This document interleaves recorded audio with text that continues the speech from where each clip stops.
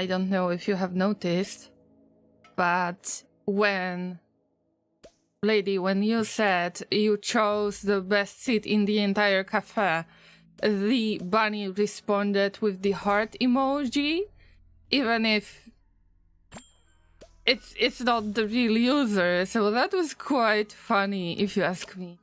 Right, I guess that we need to get back to Rimworld. This is what we expect here today. Still waiting for pets, but I am giving you pets. I click so randomly that I don't know if I distribute pets evenly, but I really try to give you the most pets possible, alright? Because you are super sweet, Llamas. But I think that after most of you leave the cafe, we will close it. I will check if all of the upgrades are available. I mean, I think that we already unlocked the farm. Oh, strawberries? No, these are tomatoes. I am... I am a llama, apparently. Well, but let's skip that. Okay, I bought the last upgrade that was available for the demo. Katuf, hello, good to see you. Lovely to have you here. We just started pretty much. There was a long countdown, so we will get to Rimworld shortly, so please be patient. I just wanted to farm a little bit more of the cash so I can improve the cafe later. Review 5 points. Had a few good pets, worth it. Thank you so much, but nobody is eating anything, so it's time to close the cafe. Also, I will try to keep it auto-connect, but I feel that this is a little bit of pain to log in. But it's like my fault on my part, so it's okay. I guess that we can switch to Rimworld right now. And for the YouTube sake, I am going to say hello again.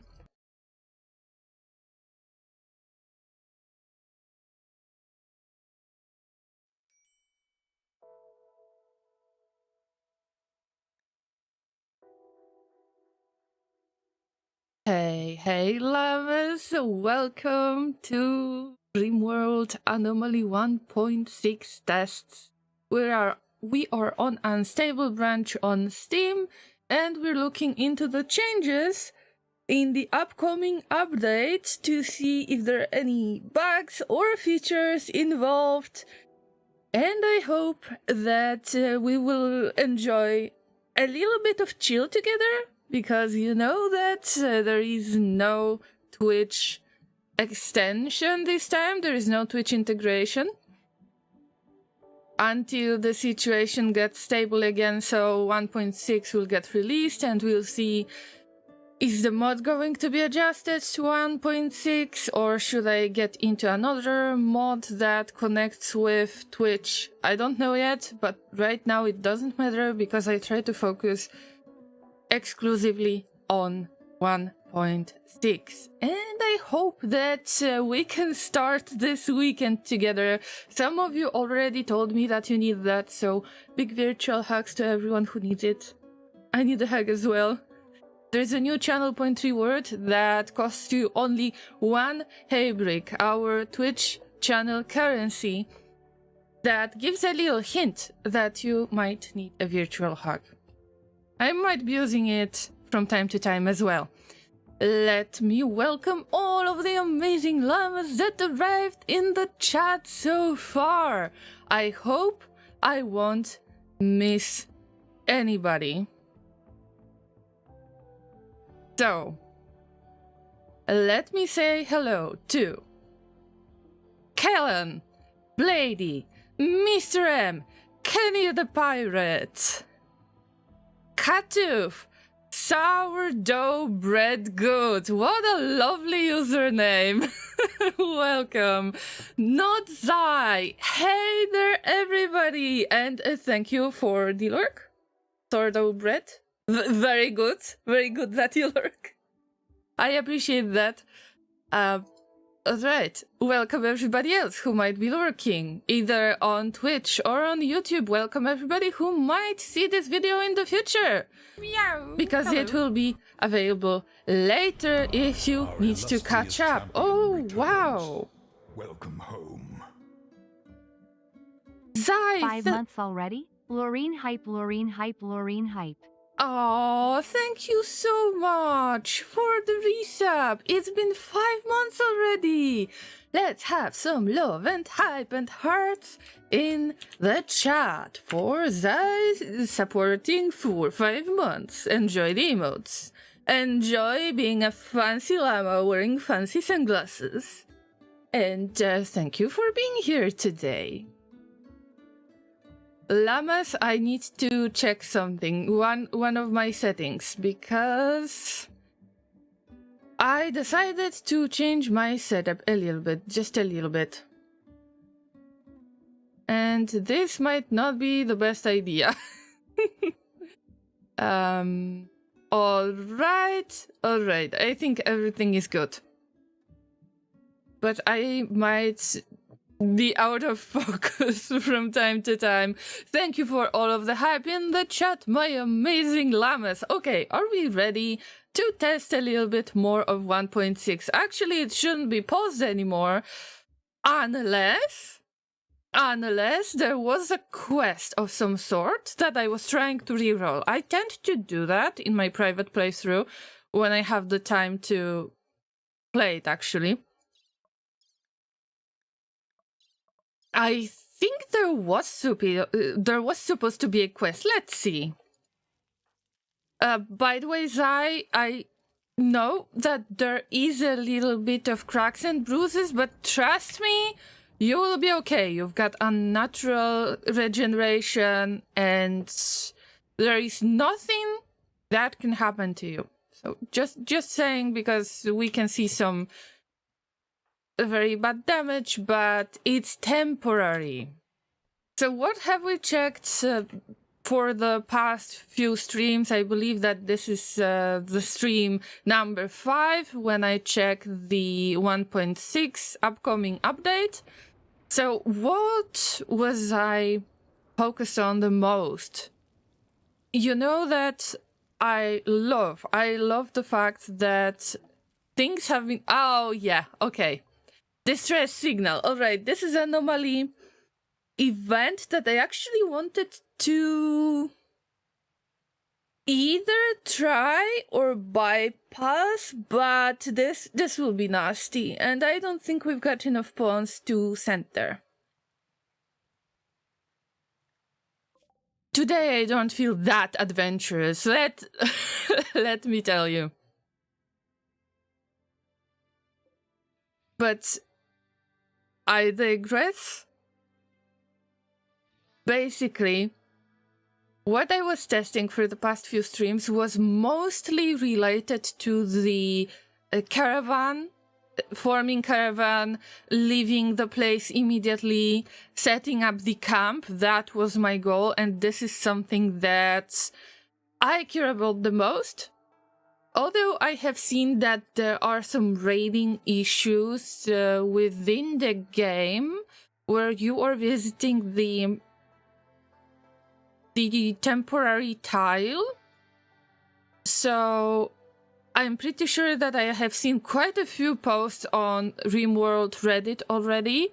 I guess that they already know about this issue and they are working on it. I didn't get this myself, so I don't know if we should try it or not. Maybe.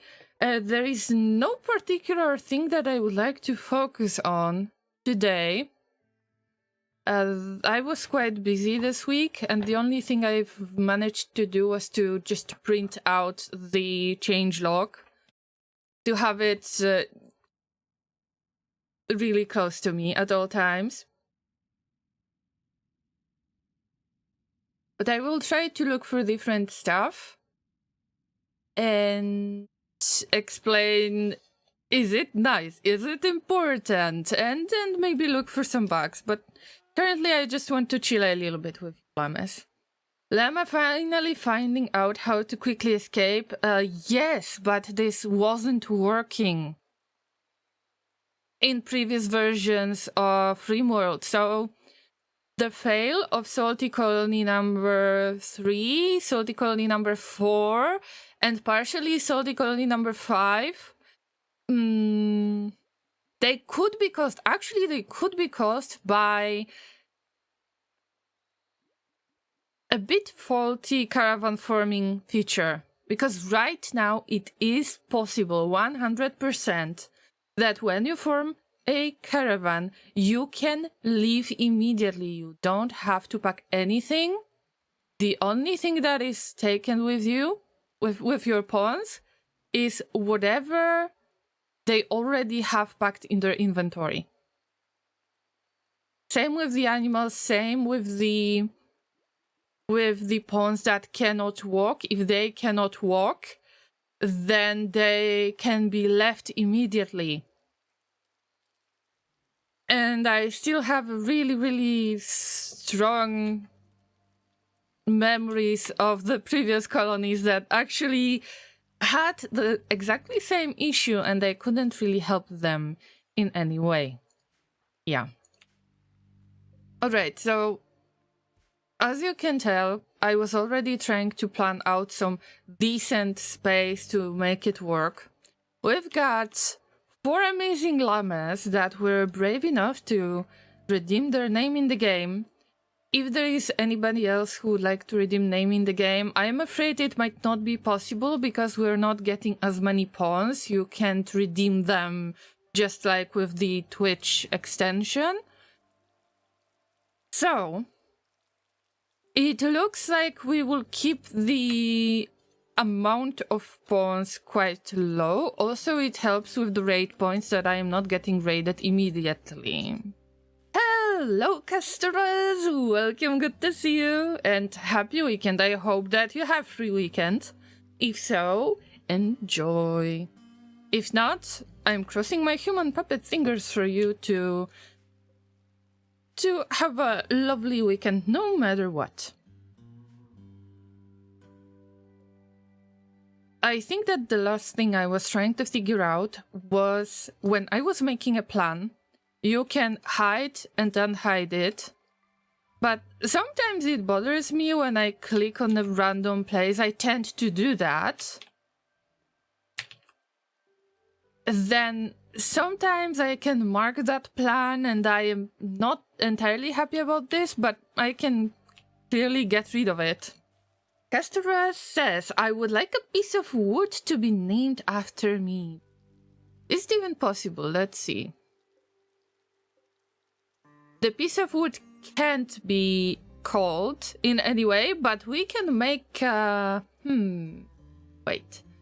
we can call a bookcase with your name. What do you think about that?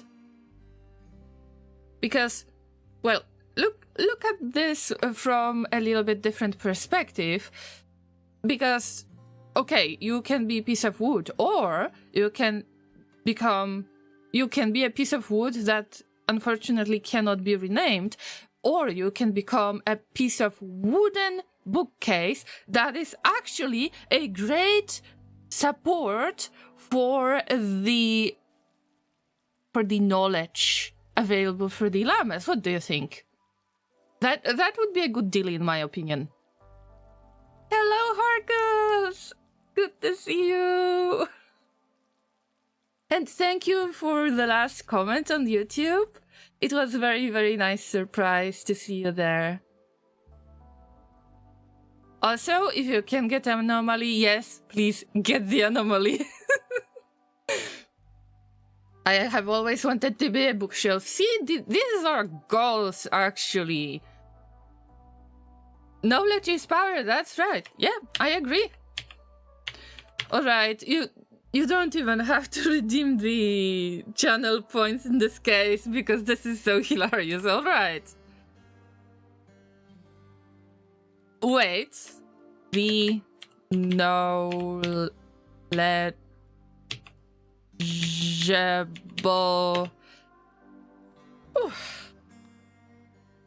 the knowledgeable Castoras. This is your name, and you are a vital part of this colony. I hope that you'll enjoy your stay and won't get burned by accident. But we've got no pyromaniacs. There is nothing to worry about.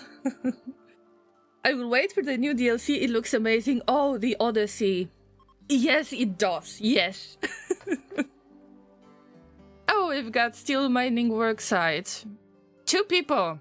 200 steel. That is a steel, actually. Like the real steel. The real steel, real deal, or the other way around? You know, something like this. That would actually help a lot.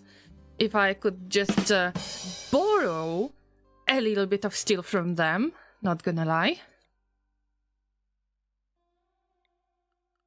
Llamas, I will use the opportunity, because I know I have been bothering you a little bit already. I try to avoid doing that, but generally, if you are catching up with the previous streams, please consider checking YouTube, because on Twitch I cannot keep highlights for more than 14 days unless I use up a little bit of 100-hour limit. But 100-hour limit, Llamas, this is nothing. This is like a week of streams or so.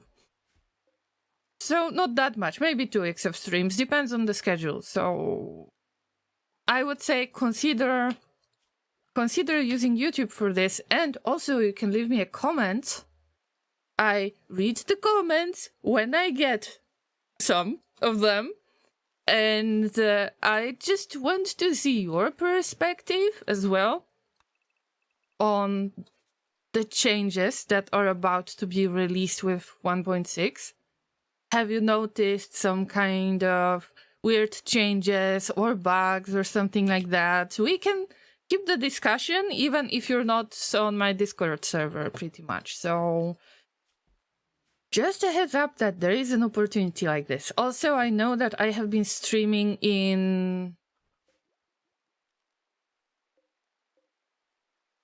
for so many years that my streaming schedule has changed a little bit, and sometimes I was able to stream at times that was really comfortable for the Asia time zones or the West Coast of the US or Australia time zone. Right now it's a little bit more difficult because I am trying to have a life as well. That's why there is this opportunity. I am not going to try to enforce anything on you, but this is a way to kind of keep contacting with each other. Yeah. But let's talk about something nice. And you know what is nice? The weekend plans. I am waiting for you to share your weekend plans with me. What's going on this week? This weekend, actually. Do you have any plans? I am about to visit family yet again with Mr. Laser. And I don't know when it's gonna end. And I am not in the mood to do that because I am exhausted this week. What about you guys? Alright, I just do my regular blah blah. In the meantime, I was nibbling on the meat that is frozen. Yes, actually that freezer is made mostly for you, Zai, because you cannot eat anything else than the raw meat. Or corpses, as long as they are not spoiled. But you haven't heard that from me, right? So today it's it's chill. I will try to work a little bit more on the plans, and I have noticed something that could be quite convenient. On the other hand, I feel it doesn't work the best. So I'm trying to focus on plans, on making plans.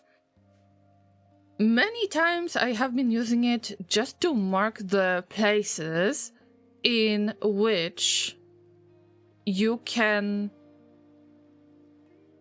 let's say, you can stand to attack the mechanoid. Yes, this kind of strategy I have been using for a while on my private playthrough. Luckily, no mechanoids to show you yet, because we haven't destroyed the Exostrider thingy. But I lost my train of thought. Yeah, so usually I have been using the plans to mark something, literally one little tile was marked in order to either mark the edge of the corridor or something like that, so I would know where should I build. Right now you can recolor those plans, and this is great because it gives me some kind of idea what should be placed there as well. So I believe that, well, you can rename the plan too, so I could say that this is going to be a hospital plan. And it can be marked in blue. This is very light blue, so maybe I should get something different.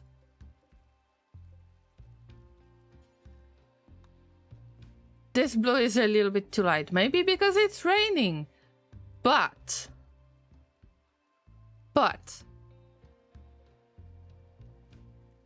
it's great that you have this option. So you can pretty much color code what kind of area you want to enclose, for example. But also you can copy those plans, and this is great because usually I have a hard time reminding myself. I try to build as much as I can according to some imaginary measurements that I came up with during my start of the playthrough, and I try to make the rooms pretty much the same. I try to not make this base into a labyrinth.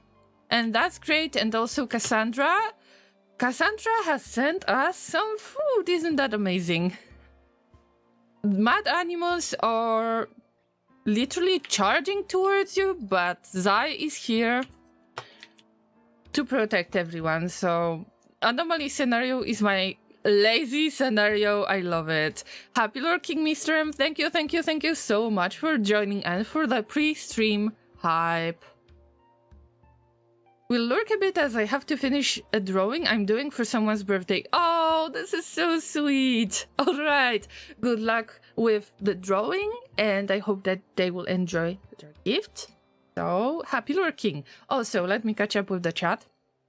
Miss Harkov is out of town for 4 days, so I'm home alone with the kids. I have my hands full with that, I can imagine.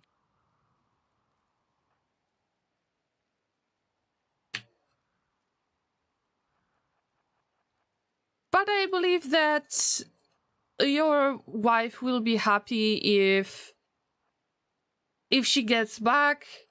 Your kids are alive, you're alive, that's what matters. Castra says, I will go for a swim in the lake near my town, although water is not good for me. It swells my beams and wooden moldings. Not to mention the discoloration. See?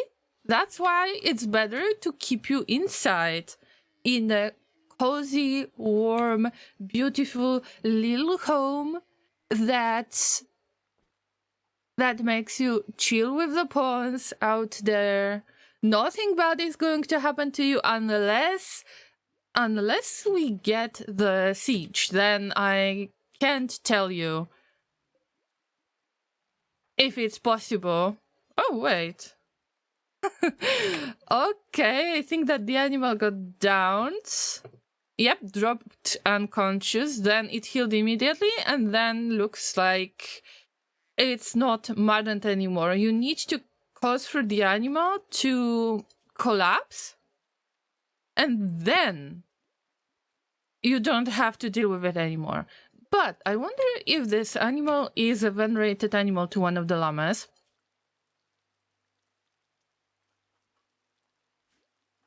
We should have mostly cubists, but okay, we've got all of the cubists. Meat is meat, llamas. That fire is making me nervous? No, it's just cozy, nice fire. Come on. Come on. It's nothing in comparison to possible pyromaniac encounters, but I already have experience with that. You want it to become a piece of wood? You would definitely be used up already in that generator, so I think that becoming a bookshelf is much, much nicer to you. And much more safe.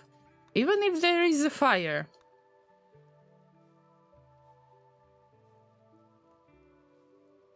Luckily I have a thick layer of protecting film made of oil. I can see that the wood cosplay is a thing nowadays. Okay. I have the nights to play games, so that's good. But remember, Harkovs, remember to get some good sleep as well. The lack of sleep is not healthy to you. Remember? Oh, we got Harbinger tree. Seriously? Oh, these ones. Never mind, they are too far away to actually do something about that. But, fun fact, they can give you twisted meat that your ghoul can eat. By the way, ghoul is safe already. Last time we have been checking the eggs. Because right now, if you've got fertilized eggs and destroy them with temperature, let's say you put them in the freezer, just like the one we have here, then when they get frozen, then they turned into unfertilized eggs. And this is awesome for stacking purposes. Usually I was not using any eggs because I knew that, let's say you want to have ducks and chickens, then you need to consider getting at least 2 shelves because you need 4 stacks of eggs, 2 egg types, fertilized and unfertilized, for chickens and 2 types for ducks. And if you are going to put the eggs somewhere on the shelf around, then we already had the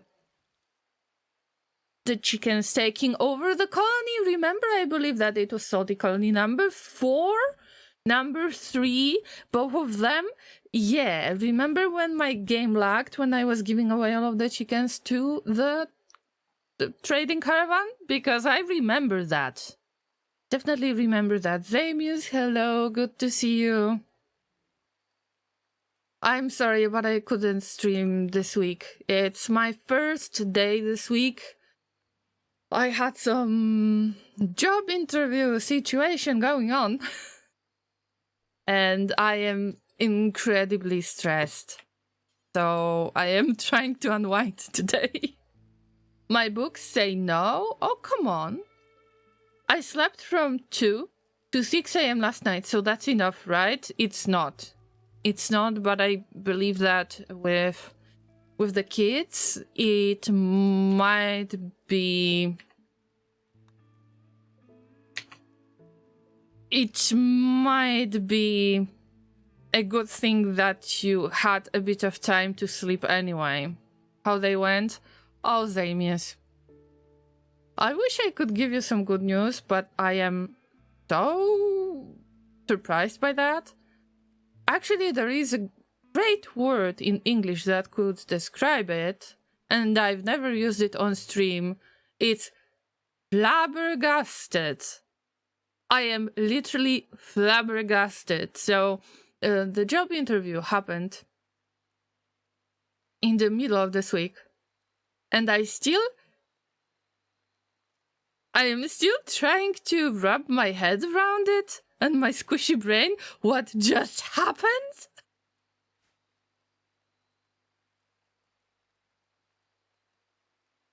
But if they would like to hire me, I would say yes. I've got nothing to lose. Yeah, I know it's weird, but it's not the first weird job interview I had. So I guess that it's time to get used to it. Got to go, Katoof. Thank you for lurking, and it's always good to see you, no matter how long you stay. And take care of yourself. Have a good weekend. Your books are wet and almost unreadable. You could have misread. Oh, come on. Please stop book shaming. What are you doing, guys? Are you okay? Books are books. We can dry them a little bit by the fire, so... Yeah, just in case. Okay, I will try to focus on the game a little bit. What did I plan to do? I was talking about the plans. You can actually copy the plans that you already placed on the map. But there is one thing that really confuses me, and I believe it didn't work this way in 1.5, that if you build a wall, you've got your piece of plan, and then you want to build a wall to enclose it, obviously, and then the plan disappears. If you really want to copy the plan or the selection, so you can just mark it like blueprint in Factorio pretty much. If you want to mark it like this, yes, you are getting something, but if I have already placed the plan and then I filled it with walls, then I get something like this. And I am not a huge fan of this thing that I'm getting. I mean, it's great that you can rotate it. Feels like Factorio Man a little bit, but what am I going to do with those tiny scraps here and there? I should guess where the walls are supposed to be. So that's a bit weird in my opinion. I mean, still better than nothing, still better than the previous plans that were much more simplified than this, but still it's very, very confusing to me. Happy time zone, you see. Are you going to have free weekend this week? Lovely to see you, Llamas. Thank you for being here, especially if I can't stream as usual 2 times per week. And you still visit me. This is amazing. Thank you so much. Even if your time zones might not really fit my time zones. Actually moving this weekend. Wow! All right! So you have rented another place and have to move there, right? Have you packed all of the stuff already? That's a fun part, actually, if you ask me. On the other hand, the unpacking is quite annoying. Maybe I should do something like this. Maybe I should start a little company that would be based on just moving furniture, packing stuff into boxes. I mean, this is like the 3D Tetris pretty much. And I love it, unless I have to carry all the stuff, then then it's less nice. Because my back hurts, but generally I love it, and I can't wait until we find a place to move with Laser. I don't know how much time do you have, but just in case, remember that it's good to try to declutter a little bit. Maybe there are some things that you don't need anymore. that you are not really attached to. Packing up your things can actually help you with getting rid of those items. You can give them away, you can try to sell them, you can try to thrash them, depends on what are you dealing with. But still, you will have this peace of mind afterwards that you are not unpacking items that you don't love because you left them behind you.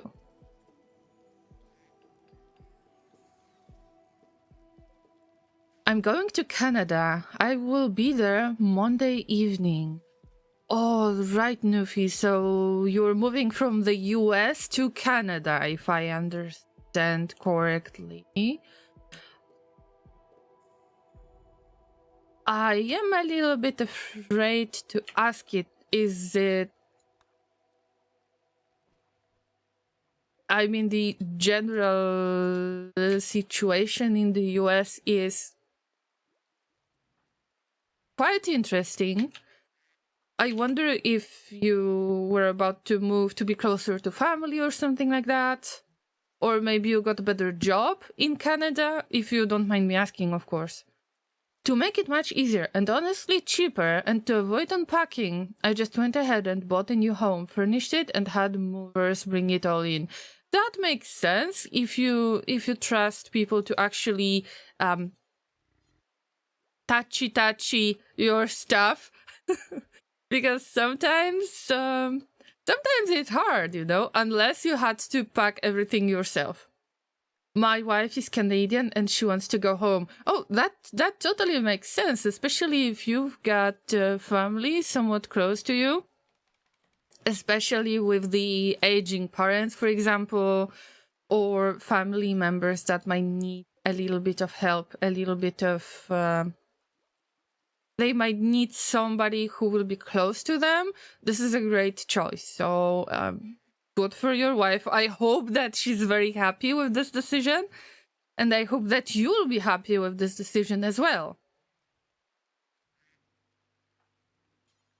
I guess that you had the chance to visit Canada, so it's not going to be any culture shock to you. Is it even possible to get a culture shock when you live in the US, want to move to Canada, or the other way around?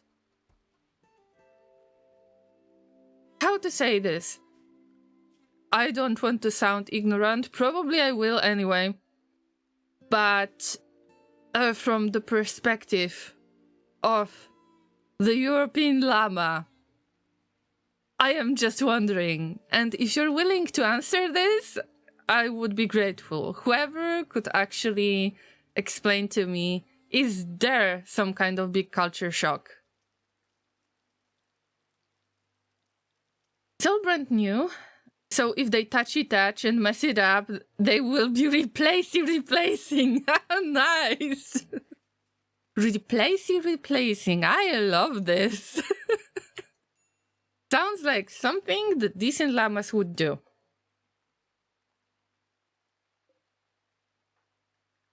And instead of building stuff, I am just enjoying the conversation. Sorry, llamas. I was just trying to focus for a little bit. Borb, aren't you? Okay, you're a brain. You need to make the research.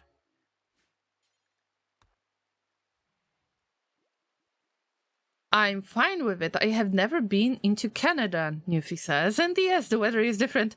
Laws are different. It is really different. But if your wife is from Canada, I hope that she'll help you to get accustomed to the new situation. So, good luck with that. And I hope you will have a safe travel as well. So, big hugs to you and to your wife. I hope it will turn out to be a great choice in the long run for you guys. Oh, welcome back, Katoof. Thank you for lurking. Alright, we need to cut a little bit more of the blocks in order to fill those hospital walls. Yes, we need a hospital. Like a giant hospital. I had situations in Rimworld in which I had to, and when the bedroom turns into a hospital, then you know it's quite bad. I will say it this way. In my state in America, it is blazing hot. There it isn't. Also in my state, if someone breaks into your home, you can shoot them. You can own a firearm, you can even carry it without a permit legally. In Canada, it's illegal to even own pepper spray. That is a huge change, not gonna lie. But as the European llama, I am quite surprised by the fact you can own a firearm without a permit. So that's a huge culture shock to me. Bedroom that turns into a hospital could be quite fun too, though. Good news. I mean, you should actually avoid that in Rimworld. Why is that? Before 1.6, we get back to the current version, 1.5. This is upcoming update. In 1.5, when you turned the bed into medical bed, your whole room was turning into a hospital. And this gives you additional debuff. Why is that? Because if the room turns into hospital, you've got double debuff, I could say. Because you might have decent barracks or full barracks debuff coming from the sleeping rooms that are quite bad. Or if you turn it into hospital, you can also have an awful hospital debuff. And this is like... this is really, really, really strange. But in 1.6, even if you turn one bed into a medical bed, it doesn't turn into hospital. And you're not getting the ugly hospital debuff. The more debuffs, the more chances for a breakdown. Nobody wants it, right? All of the beds in the room must turn into hospital beds to make it into hospital. And I'm sorry, Claiborne, I know. I mean, it's 5 p.m. already. You should wake up, Night Owl, yeah. So I can actually show the llamas how does it work. We've got 2 out of 3 beds as hospital beds, and now if we turn the third one, you can see that it immediately turned into hospital. Now the pawns can actually have an idea. They have mediocre barracks, but if there is anybody who needs to rest and heal, then they will get this mood debuff for a full hospital. Because that hospital is rather tight when it comes to space. It is dirty and it's not very impressive, so all of it will add up to make it an awful hospital. And you don't really want this. But I will keep the beds right there, and I am planning to build a legit hospital in this spot. What is the donkey doing? It's doing the donkey things. I don't know. Let me respond with a question, sourdough. Can I? I hope so. So, what is the sourdough bread doing that it's so good? See? I mean, some questions are really difficult to answer. Oh my god, we got Warhammer 39k! our lovely relic. There is a chance that we will find some information about it. This is something new that I never used. This is the item that we made as part of our Ideologian process.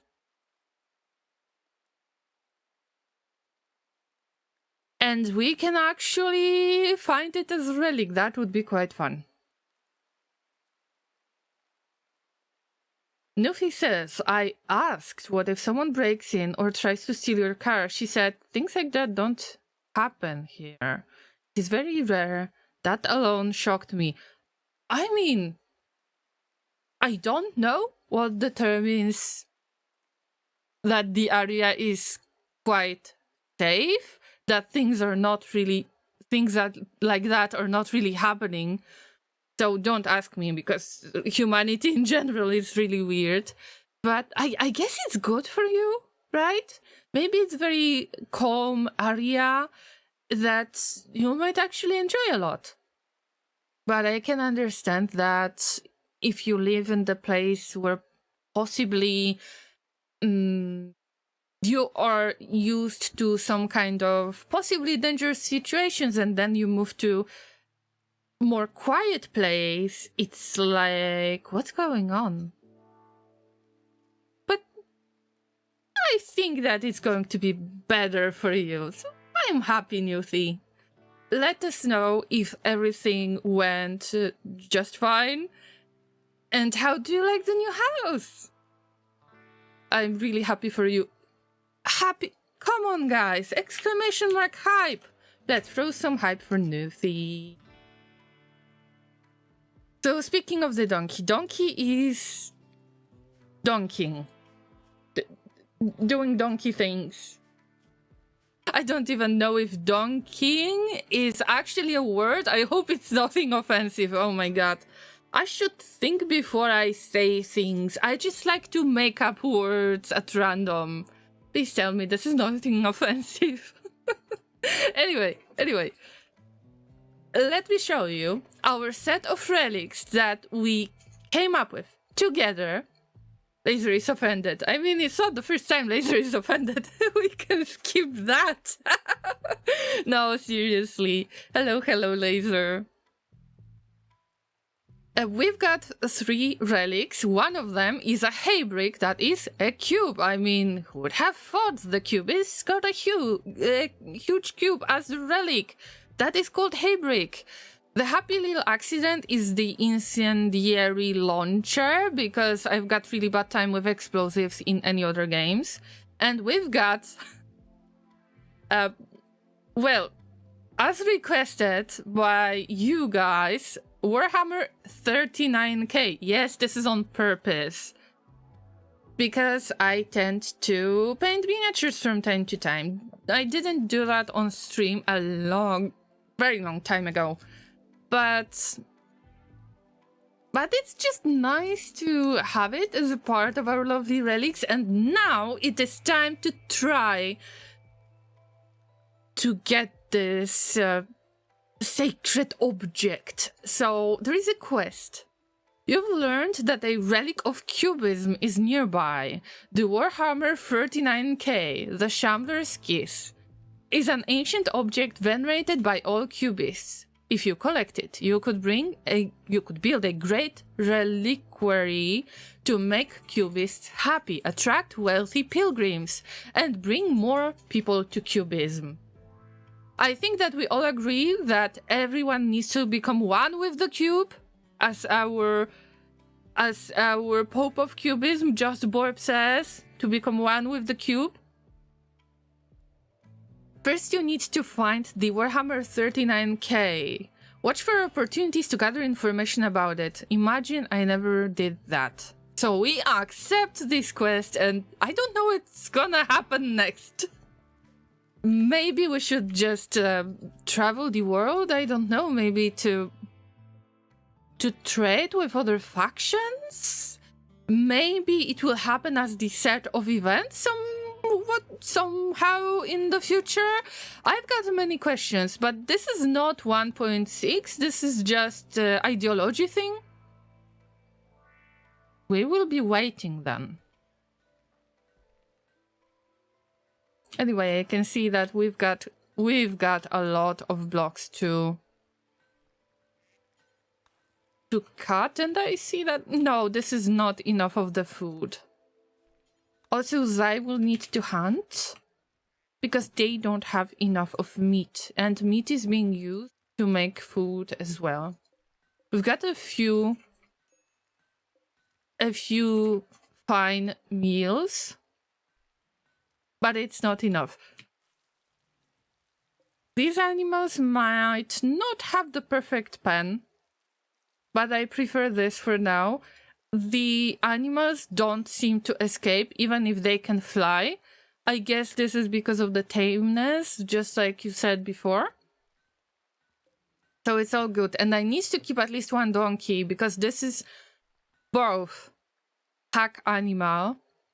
So when you are going to travel, you want to trade with other factions, then you take the donkey, you pack stuff onto the donkey, and your caravan moves faster.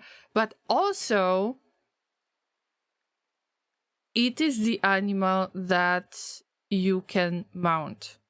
Your pawns can mount. So even if you don't have any items and you're planning to visit some settlement, then this is rideable animal that will make your caravan move faster. I need more of these donkeys, but for now, let's say Borb didn't have many opportunities to tame an animal successfully.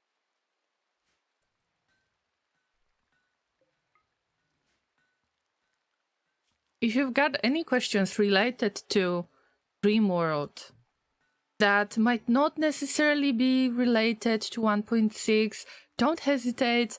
I am trying to answer to the best of my abilities. Maybe I will learn something as well. But generally, we're chilling today. Because it's been a weird week for me as well. And if there is anybody who would like to give a little hint that maybe you don't feel the best, that maybe it's not your day, then there is a channel point reward on Twitch exclusively. Friendly reminder, Twitch is still my main platform for streaming. You can use the channel point reward to get a virtual hack. Oh. Damn, and here I was, just gonna lurk for 2 seconds before I have to do other stuff. Oh hey Laureen and chat. Oh, this is so sweet. Of course, you were gonna lurk for 2 seconds. I know, right? The magic of Twitch is based on, I was about to lurk, but then there was somebody that I needed to visit, or I had to respond to that part of the conversation. I know, right? Hey, Miga, thank you so much for the resub. 84 months, isn't that amazing? Imagine that Migas was a follower for an extremely long period of time. They have been subbing for such a long period of time, and also they are my mod.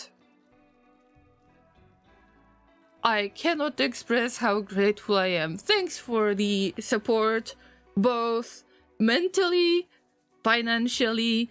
Thank you for wearing the fancy sunglasses, using my emotes, and join them for the next month. And thank you for showing up. What are your weekend plans? Thank you for the hype in the chat, Llamas.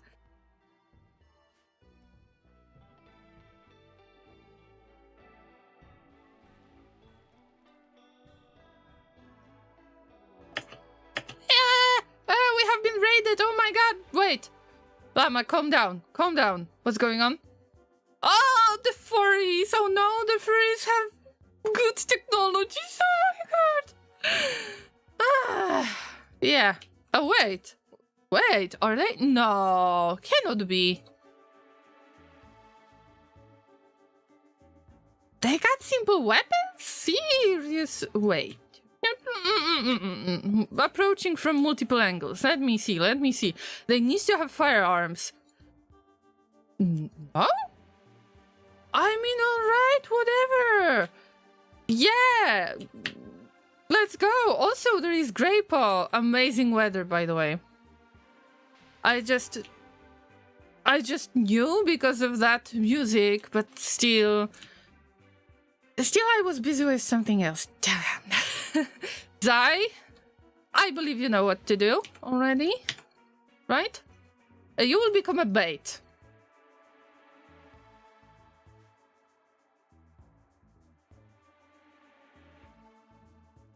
Miguel says, I'm barkeeping tonight and going for some walk with the company tomorrow. Oh, so it's like company event? Some kind of like hiking event? Kind of custom weekend event? Something like that? That's quite nice. Hope that you will enjoy it. So, Miguel already has amazing plans for the weekend. Thank you for sharing this. And to everybody else, I mean Llamas, who are part of my Rimworld playthrough, Llamas, hide! You better hide! Okay, that's fine. They just have simple weapons. But this weather, as much as I love Grapple, you know how much I love it? It's not helping because it's making everything darker. So, if you don't know, I don't see in the dark that nicely in games, so that might be quite difficult to me. But Zai is going to bait them. Come at me, bros! Also, I hope you don't mind me asking. If you are barkeeping, does that mean that it's some kind of party, or is it related to the second job?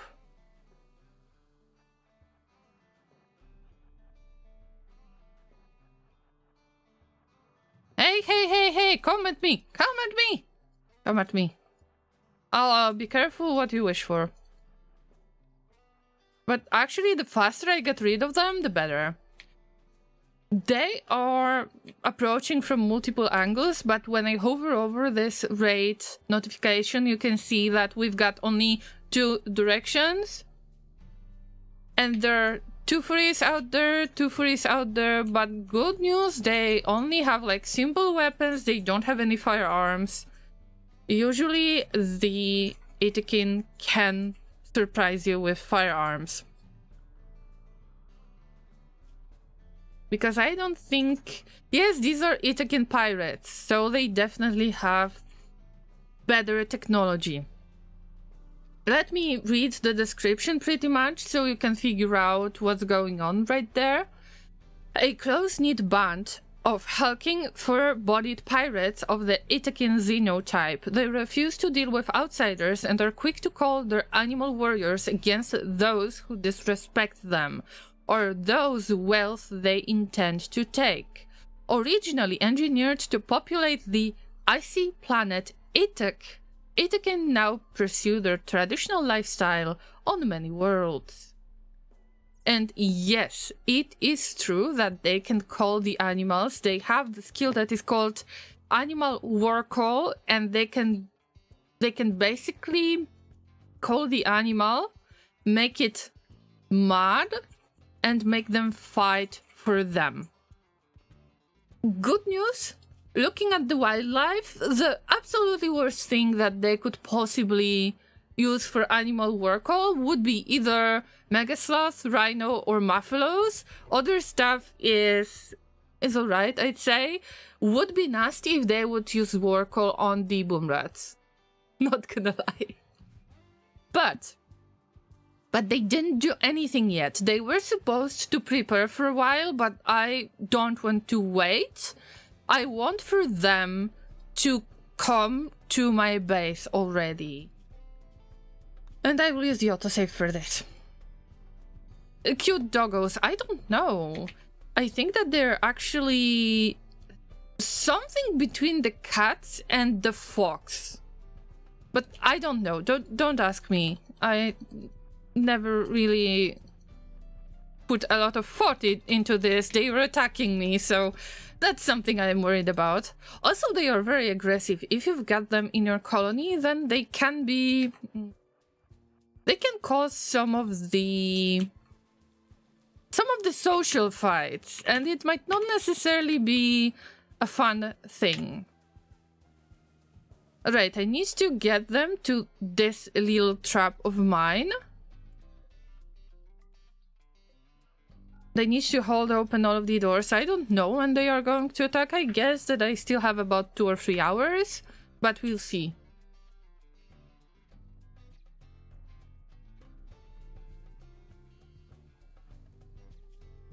I need to take care of the pawns.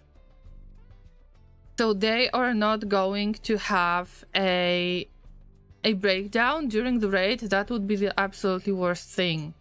Alright guys, that's the request that Laser has made, and I highly recommend you guys to use it whenever you need to. I had this idea on the last stream when there was one of the llamas that needed a little bit of mental support, and today there was a llama who needed it, so thank you for the reminder. It's just one hay brick to make it like available for everybody who is watching on Twitch, just so you can give the subtle hint that you might need a hug today. It's a reverse virtual hug. A real punch, don't know if that's nice, Laser. Oh yeah, I get it. Laser wants me to take a break, and I think it could be a good idea, so allow me to use this opportunity to stretch, and I would say do the same thing. I know, Laser, I know you wanted to give a hug instead of receiving a hug, but in this case it's different. But you have requested virtual hug, so I don't know really. Should I really give a hug?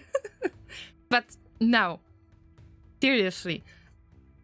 We've got a raid. Let's make it a cliffhanger for now. I need a stretch. You could use a stretch as well. Use this opportunity. Also, I tend to at least try to remove pre-roll ads for everyone who joins my stream, just so they are not being bothered with the first ads before they see what's going on in here. And I believe that the pre-rolls are on, unfortunately. I have to launch 3 minutes of ads in order to get rid of it. So, stretch, because I would like to launch the ads, and it's just so others are not being bothered by those ads, nothing else. So, there is no real need for you to watch the ads, alright? I hope that we've got a nice deal, that you will stretch as well, that you will stay hydrated, get some snacks, and then after we get back to Rimworld, we actually have to fight with the furries in a quite dark setting. It's 1 AM, it's Greypool, and I barely see things in the game. So yeah, see you again in about 5 minutes to 10 minutes.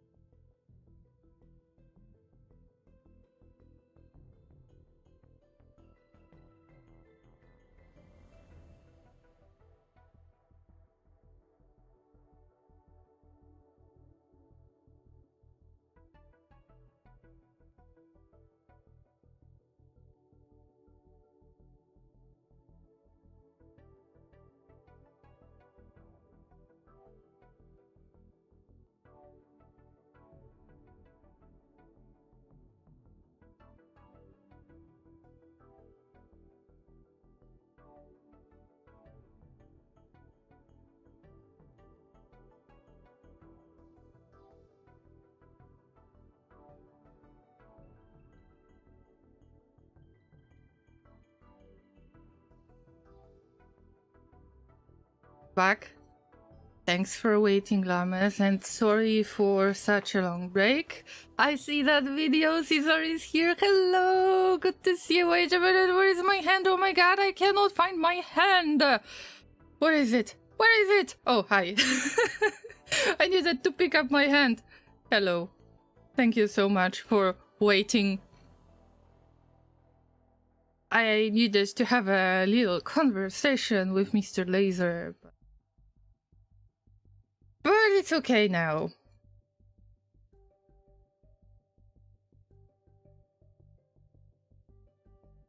Alright, so having that out of the way, I hope we can continue our adventure with Rimworld 1.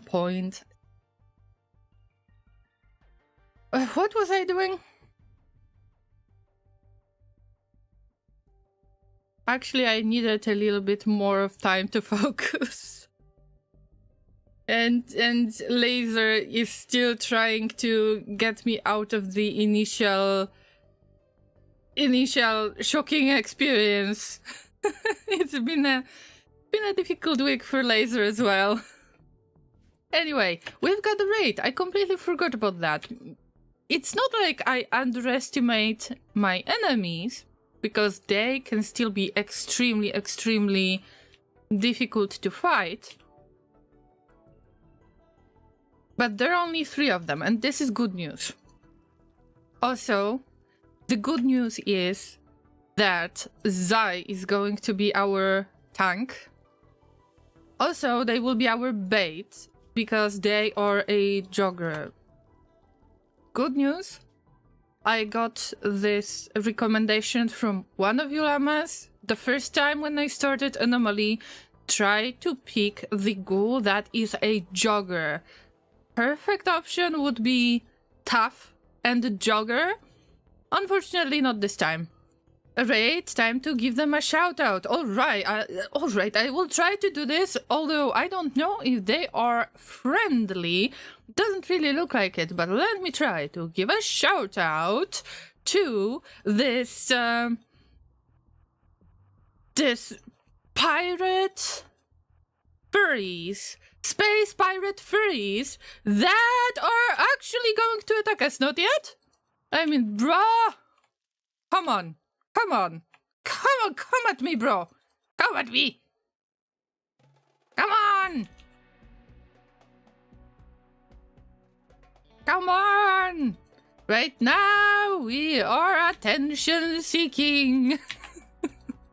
I just want to get rid of them as soon as I can, alright? But I don't want to go 1 versus 1 or 1 versus 2.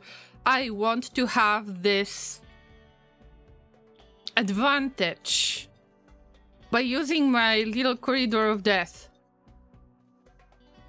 Yeah, thank you, the space furries, for your raid. Thank you for bringing just the basic weapons, so I don't have to worry about you bringing any explosives to this lovely colony, or I don't have to worry about any automatic weapons, any firearms, so it's very good and kind of you. Also, I hope that you brought gifts, possibly. Maybe Psych HD. I mean, yes, of course, I would love to get some, yeah. So they are actually prepared for the visit. I don't know if it's a tradition in your place, but sometimes when somebody new moves in your neighborhood, then you bring them a little gift just to say hello. And this is actually what they are bringing to us. Would you look at them, please? Oh my god, they are actually going to call the animals. Oh my god, they are actually going to call that mega sloth. I mean, good for you. Good for you. Anyway, they brought a little gift with them. That is what? By the way, they are neo-raidists. Oh my god, that sounds scary. They brought Psychite tea They brought their own tea, imagine! They've got the smoke leaf joint. What about the other one? The other one brought some medicine. I mean, good for you, but now it's time to keep the butts inside. Especially if they are calling the animals. So, calling everybody to defend your base. It's just like Canada. Wow. Is Canada full of Itakin? I don't know. So where is your work call? Oh yeah, the rat. Oh, that's fine. That's fair. What about the other one? If you're not going to call that Megasauce, then I mean, good for me. This one has got one use. Actually, they've got 2 uses. There is 15 days of cooldown, but one work call lasts 12 hours and they've got 2 uses. So they might still want to wake up that Megasauce. I hope not, but who knows really. Alright. Go, Zai! Come at me, bro! Zai is going to defend this colony! See? Easy! They don't bring scary weapons. I mean, maces might not be scary weapons, but I think that this kind of club is actually a little bit dangerous because it has some kind of... this kind of spikes. So I would say this is not fun to deal with. Definitely not fun to deal with. Come on! Shoot better! Come on! Oh no. We definitely need to improve the shooting. Let me say this. And there is the third Fury and there is a rat that they have called. Nothing else. If they would bring that Megasauce, it wouldn't be as easy. I mean, I would really appreciate if they would come and give a hug and would like to stay at the colony and we would drink some psychite tea together and have a good time and we would gossip about the side stealers.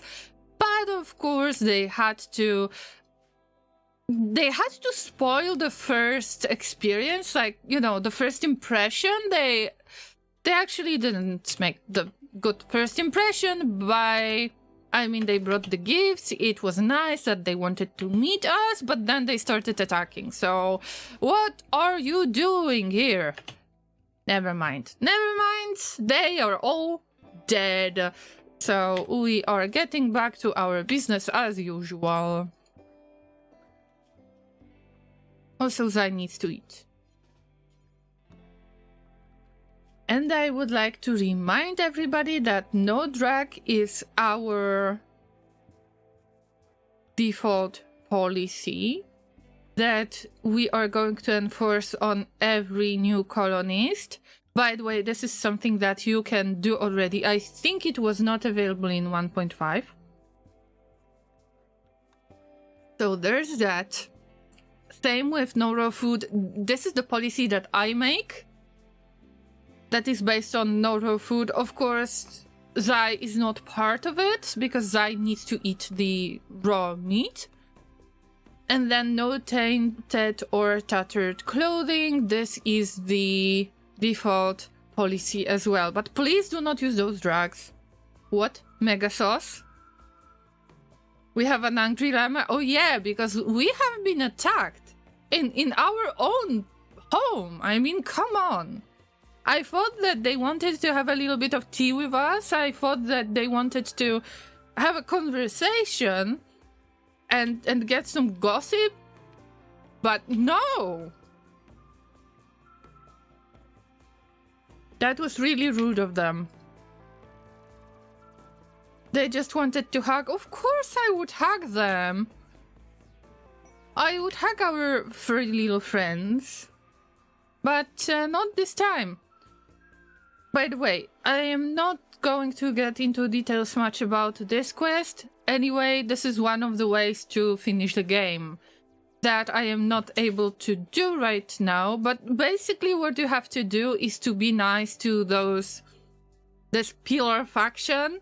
There can be only one faction of this type on your map, in your world. And basically they give you royalty titles. You need to get to as high royalty title as you can, and then they will allow you to get to space, pretty much.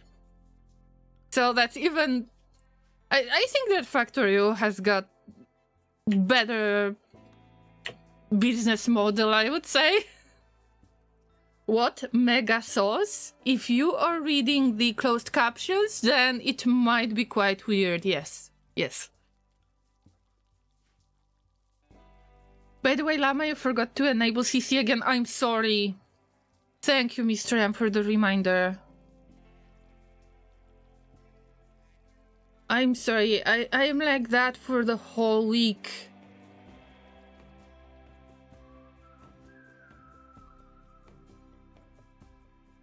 And I will be stressed like that until I get the feedback. It was the same for the past 6 months or even more. So I'm not surprised by that. I don't want to discuss it anymore. I don't want to bother you with my things. Oh, I forgot about that rat. I mean, yes. They are in mental state, work all berserk. And, well, I mean, Zai can handle it. Zai, that would be a little bit embarrassing if you couldn't handle that rat, but you did the great job again, and you'll get some meat, as always. Also, there are definitely too many eggs around, and I need to pick them up on a regular basis. Even if they are unfertilized, I just don't want for them to spoil.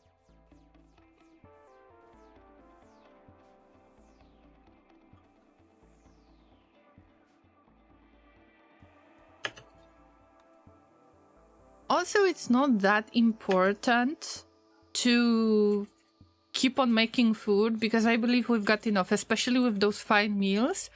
I've made those fine meals just because I wanted to use up those eggs. You can't use those eggs when you make pemmican. Probably I pronounce it the wrong way. Sorry for that. Or is Angry Llama? I mean, you're very close to me, Mr. Laser. Do you really want to see an angry llama? I don't think so.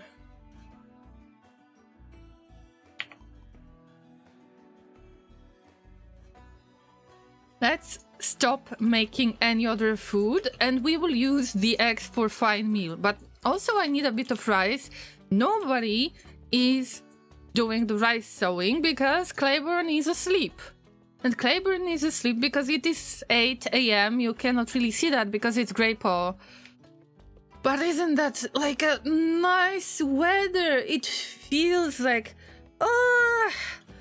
like... how to say this?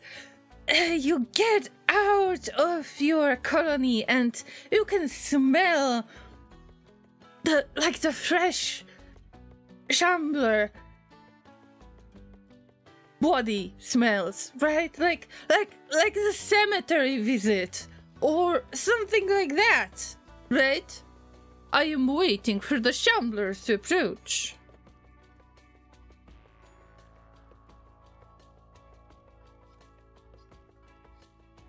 Thank you for throwing the salt in the chat, definitely.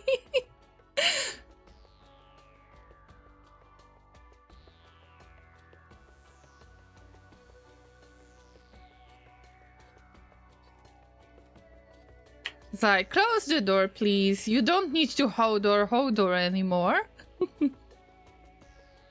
Oh dear. Actually, oh Llama.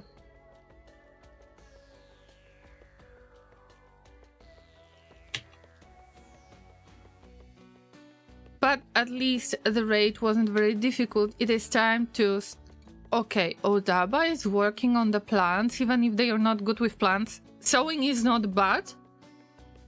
harvesting is worse because you can get harvest botched, and then especially if you need the rice, then that would complicate things a lot. Is there somebody who is learning construction work? Not really.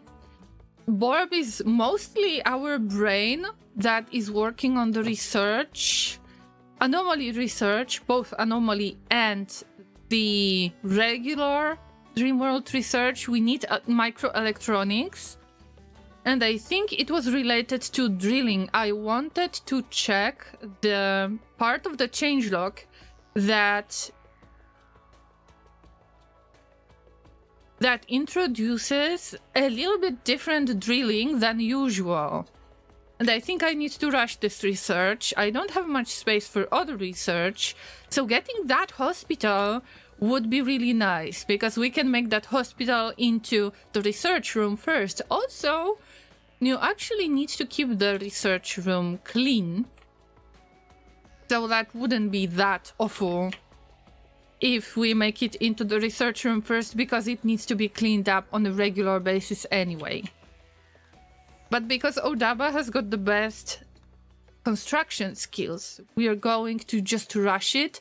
Even if they got, yeah, they are level 11. So from the, even if they got great memory, let's skip the fact that they got great memory trait. Generally, I would avoid using the pawn with a skill at level 10 and up. I care about teaching my pawns the skills that will allow them to get to level 10. Because if they are going to go above level 10, they will start forgetting things. So level 10 is like the last level that is actually worth getting, but still level 10 is very, very good. Even if, especially if somebody has got no passion, because I try to make the pawns that are replaceable. As bad as it sounds, that I want for them to be replaceable, there is a reason behind that. Those pawns can actually save the colony in the long run, especially if you have more than one medic. Especially if you have more than one construction worker. Somebody who is good with animals. I am trying to put a lot of my thought into teaching my pawns all of the skills up to level 10. Of course, the most difficult part is to teach them social skills, but there is a way to bypass it, but it is very, very time consuming. Maybe I would share it with you one day, because I found the way to make the pawns learn social skills on regular basis, other than the book. Even if the books are amazing, and of course if I have social book, then I keep it and I never sell it, but there are other ways as well.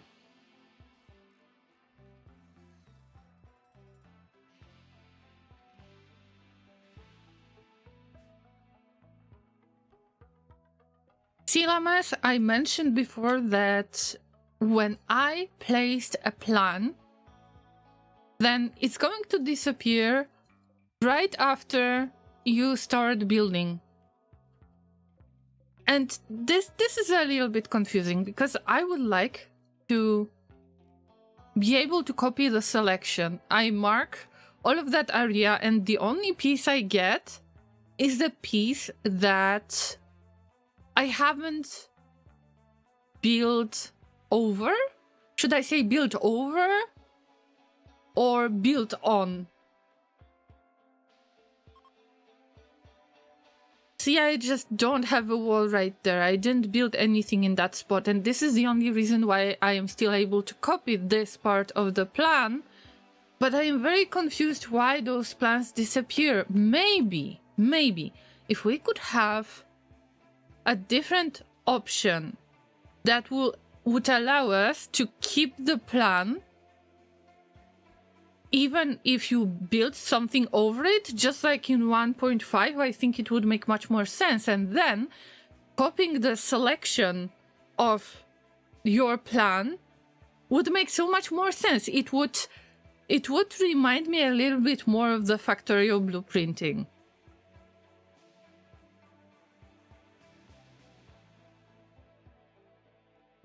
I'm not saying that you need a blueprint book right away, just like in Factorio, but if there is a way to copy the plan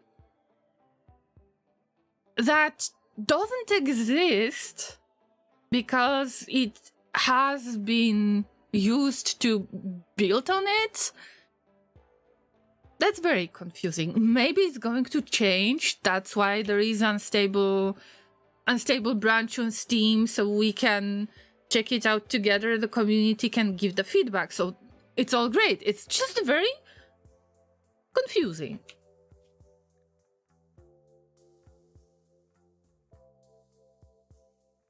We got a friend that we need to keep the mood above 40%. Currently, it's not happening in our current economy, so I am not going to get this quest. Although, if I would like to, if I have the game saved very, very shortly before this quest, I could so-called re-roll it, just like I tend to do that in my private playthrough. But right now, I think it doesn't make much sense. I will just ignore it this time. What I'm waiting for is the Warhammer 39k. How are we going to get it?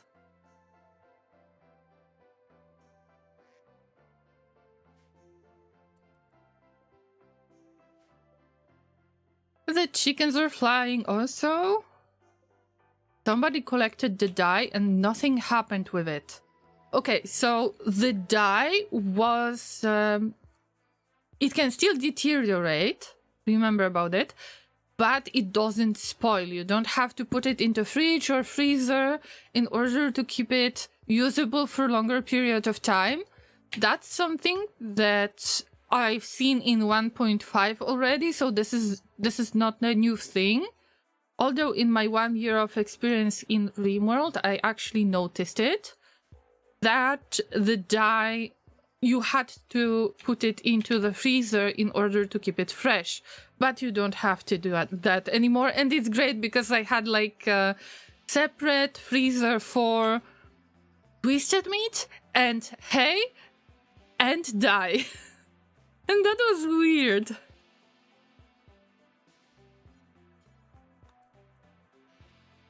Anyway, we need to build more shelves. We need to cut more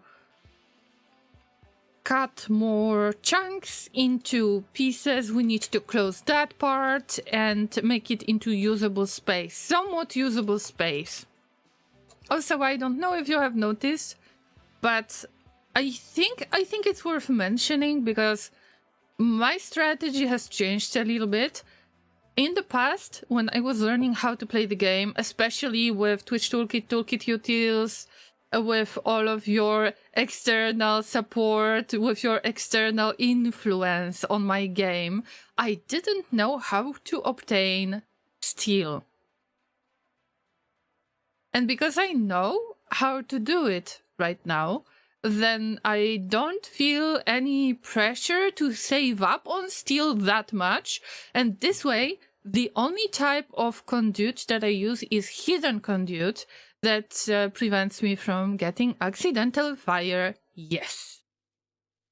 Also, when the pawns are angry, I believe that they can't reach that hidden conduit. So this is a bonus. Because it happened many times when a pawn had a tantrum, then they could attempt to destroy a wall. You think this is a wall, you want to fix it, and then it turns out it was actually a conduit, and you have to place another one all over again, because half of your base might not be working, because the way you placed the conduits was not prepared for this kind of situations. Yeah, so if I could give you an advice, then try to build hidden conduits in the first place. Try to build them in the corridors like this. I already planned some. And then if you got the other corridors that are going to be...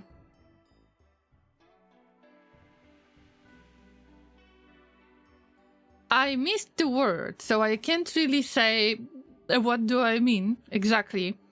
But the point is that it's worth it to have more than one conduit that allows you to spread the electricity. So just in case, if part of your base gets destroyed, or if you have an angry pawn that will try to destroy a conduit that is not hidden, then you will have some other options. It's not like half of your base will stop working just because your random pawn had a tantrum.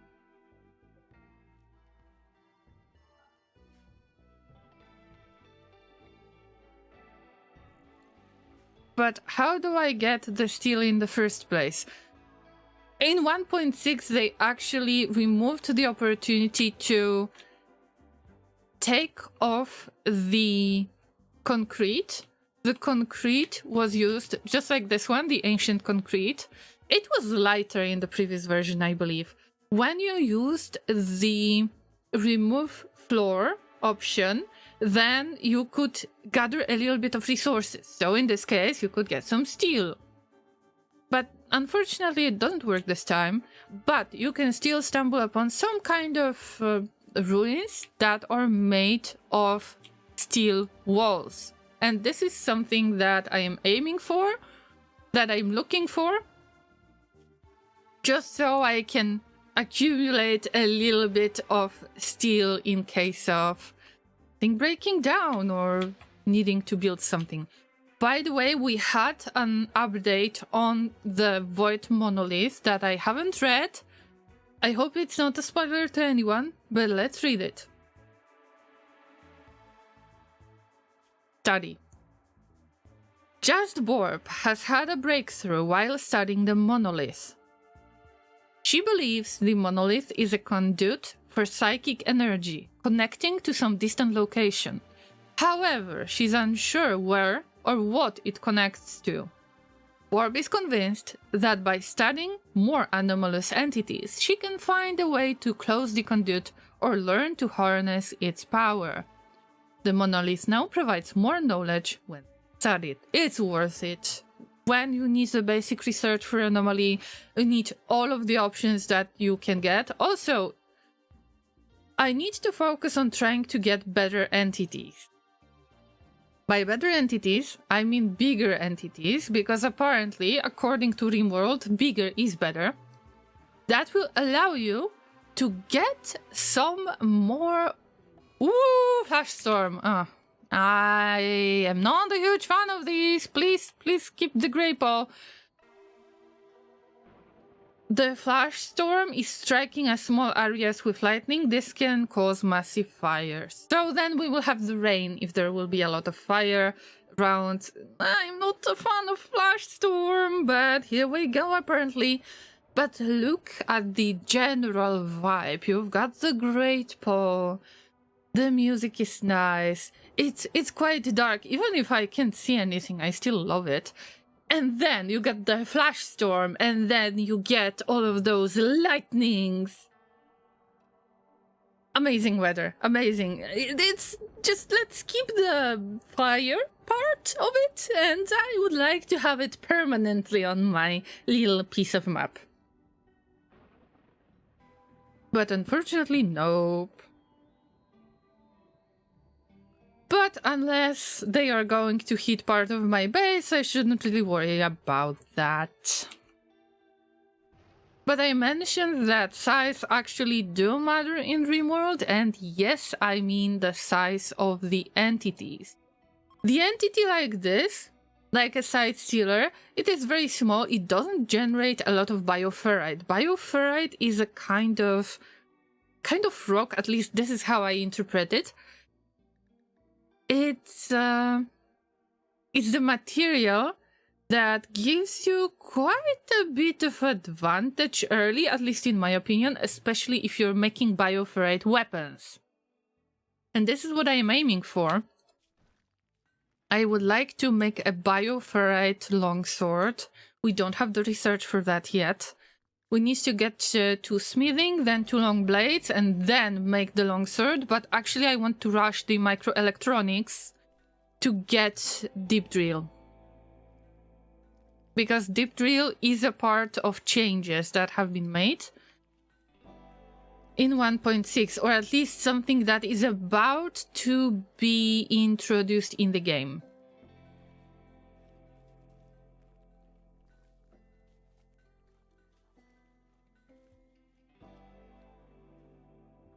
Even if I am not checking that much of the 1.6 itself, I hope that you still find this stream informative in some way, that it is kind of packed with information, with little hints on how to micromanage the game, on how to make your pawns do whatever you want them to do, how to teach them how to get better at the skills that they are not passionate about. Oh, look, the beautiful weather is gone, the grey pole is gone. Ah. Actually, I would like another weather. Warp hiding in the room. Oh, mediocre barracks. They're not very happy about it. This will change soon, I promise. There are only 3 of you. You will get separate rooms, especially Odaba and Claiborne, because they are married. And I don't want any children pawns around, because we have really bad living conditions for children in Rimworld. That would be quite difficult to raise them, especially if you want to raise a good pawn. That's something that really hit me in the way when I got my parcel. The parcel was a baby that was born in my colony by the colonist that was a temporary colonist. They actually came to the colony to leave a few days after. In the meantime, the parcel was born, and the parcel was not taken with those pawns that joined the colony temporarily. And that was that was quite surprising. And I had to put a lot of my time into raising that child. Let's say I don't want to do that again. So you're not trying for a baby. I forbid you. Happy unlurking, Mr. M. Actually, shouldn't there be a policy for avoiding children, like avoiding trying for the baby? See, if you got different types of operations, in this case you can see it yet because our general medical research is not very good still. You can actually perform the vasectomy. You can use IUD. Not now, because we don't have the appropriate research. But in general, shouldn't that be like a mood buff, that it is related to your ideal legend and you actually want to avoid having babies?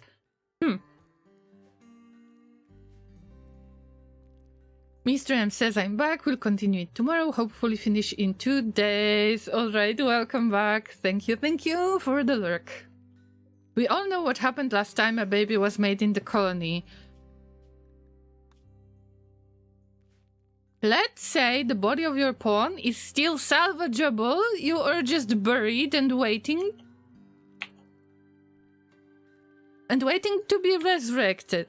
I mean, this is the best I could do at the moment. But I was telling you the story of Parcel, and Parcel is very much alive and grew up to become a responsible adult.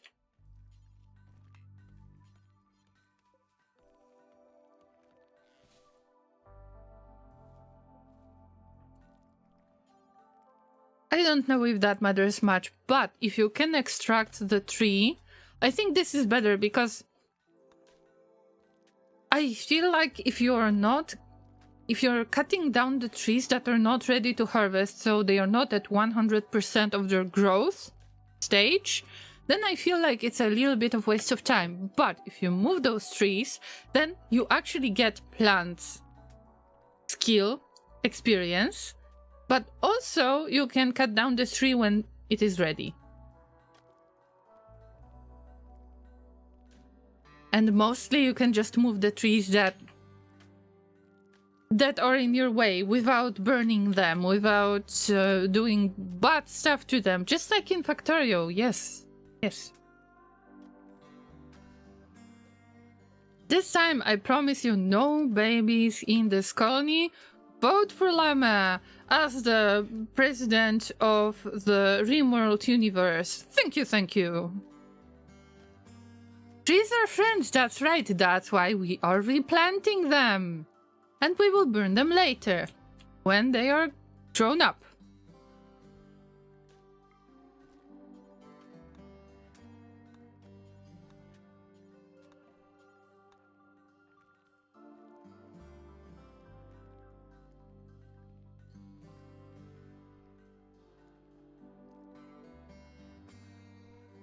Also, it could be just me, but if you are struggling with food, you need to use any opportunity that you can use, especially when trying to gather the food from the outside. So let's say the berry bushes. If you've got the berry bush that is about to grow again and produce berries, just make a hole in the roof, wait for it to grow, and when the berry bush disappears, then you can cover it with the roof. It's only one segment. It's going to be considered unroofed element, unroofed corridor, unroofed room, but it's not going to cause for your items to deteriorate. And you might get this little chance. Get a little bit of food. Sometimes it can save your colony. Ask how I know by trying the naked brutality scenario with ascetic pawn that was very good with animals but was not very good with plants. And imagine that they were badly malnourished, trying to get any berries without much success.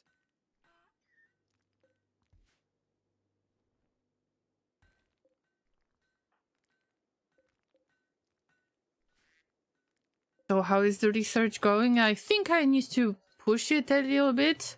Maybe I need to poke Borb with the stick. Hey, do something! Do something! I know that you're in mental state, but come on! You're the Pope of Cubism. You, as the spiritual leader, you cannot suffer from the breakdowns like this. You need to be a role model to this colony. I'm kindly ask you to just snap out of it immediately. Do you think that it's going to help? I don't think so, but I tried.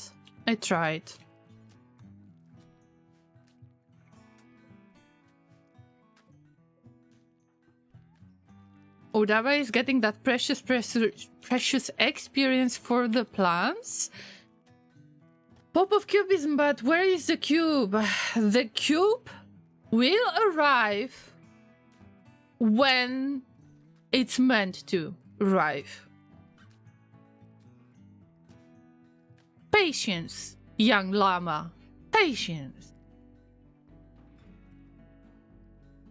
patience and discipline. This is what brings you closer to the perfection of Golden Cube. Mark my words, and I am not the Pope of Cubism. I am just replacing. I am helping Borb a little bit because they are preparing their speech when the Golden Cube arrives. That's right. That's right. Like a wizard. Yes. Do I need to call Hamazon again? No, I don't think so. But Jeff, well, you know, we pray for Jeff from time to time. Oh, wow. Okay, we've got Anomaly event. This might be very nasty, or this might be quite easy. I'm trying to keep my raid points quite low. I try to keep the amount of the pawns quite low, and I hope that Borb is not gonna get out of his room, because right now you need to stay there. Stay there. We've got Distant Shriek. Is there anybody who knows what that is in particular? Because I know.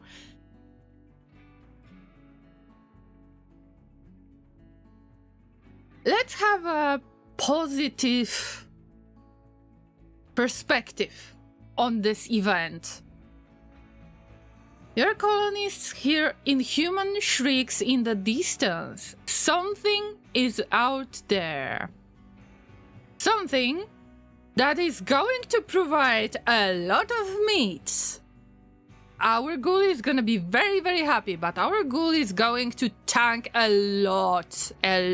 You need to be prepared to receive a lot of damage, Zai. But good for you, good for you. I am happy to see it, yeah.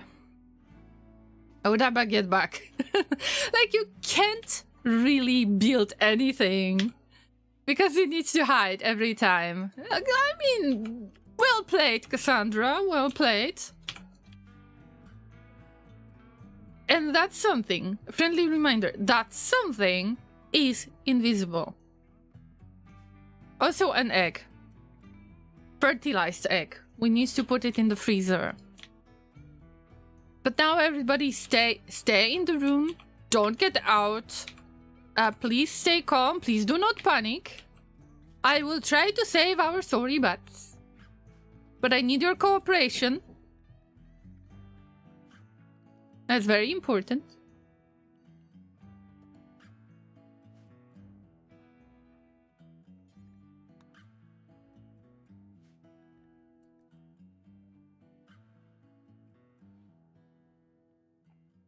I am afraid that there is an opportunity that there's something out there might be something else something. I am not panicking, Lady. How could I panic? Come on! I am not panicking. I am a very brave llama. Borb, can you snap out of it, please? Because we need some more pew pew. By the way, hold that duck egg because we don't want more ducks. We want a steady flow of eggs. Actually, I am willing to get rid of that male duck because I just want the eggs. Unfertilized eggs. But I can show you again, just in case, if you've got no time to watch the previous stream, or in case it would be difficult to find this moment. You can see that now it is affected by temperature and it is freezing. So the egg progress is going to slow down. The more it freezes, the more that egg process is slowing down. And we've got invisible creature. Come at me, bro. In the meantime, the duck egg is going to freeze. And when it freezes, it will turn into unfertilized egg. All right, llamas, here we go. Need warm clothing. You will get warm clothing as long as you're going to tank. Ah! Jesus! I got scared. Wow. But yeah, there is a side stealer, the same one as this side stealer. I mean, nothing new, but you can get up to 2 waves. Don't harm the egg. I want to harm the egg. I'm sorry. I really want to have scrambled eggs. All right, but I've got no time for this, and nobody got time for that. It is possible that there will be maybe 3 side stealers, just a few. But it's possible to get another wave. It depends. Oh, that side stealer is in pain shock. And I told you that I need more anomaly creatures. Actually, I would like, if I would have a choice, I would like to get this creature that I am marking in the entity codex right now. This creature, these are the 2 that I know. And this creature mostly for void catharsis, that is amazing to have. See, if your pawn is going to turn into entity killer, then this is easy void catharsis. I don't know the rest of the stuff. I mean, I know the golden cube. I know this thing. And I know all of the 3 obelisks, yes. But I haven't seen this, nor that. Nor these 2 things, or something like this. No, I don't know what is that. I haven't seen this or that, and this blob. So, I am still waiting. I need to unlock 1 more entity. I think 1 more, or 2 more entities. Let me see. I have to discover 3 more basic monolith entities, which are... I guess we can get these ones, and one of these I prefer the weather conditions. Anyway, we need to stick to that side stealer. Is it easy to patch it up? I mean, yes, in a way, yes. This is covered by the roof. I wanted to say ceiling. Do we have holding platform? I believe we do have one.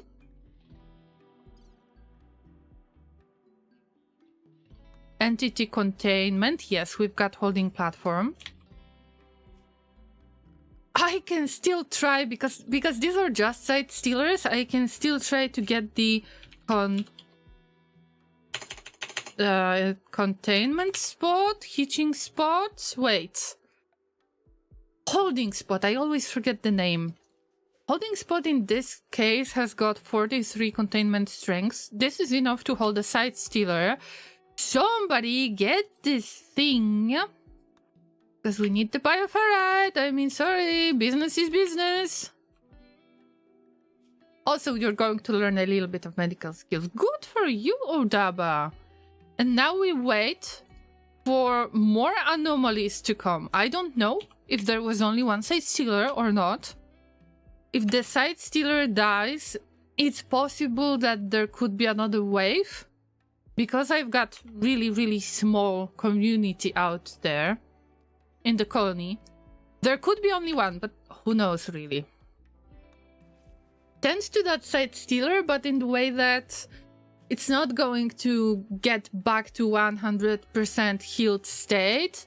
It would be nice for its sentience to be lowered. But we can do that different way. I am not sure, but I think that this is it pretty much. That we don't have any other side stealers. Of course, I might be mistaken. It all depends on the proximity detector that I'm using.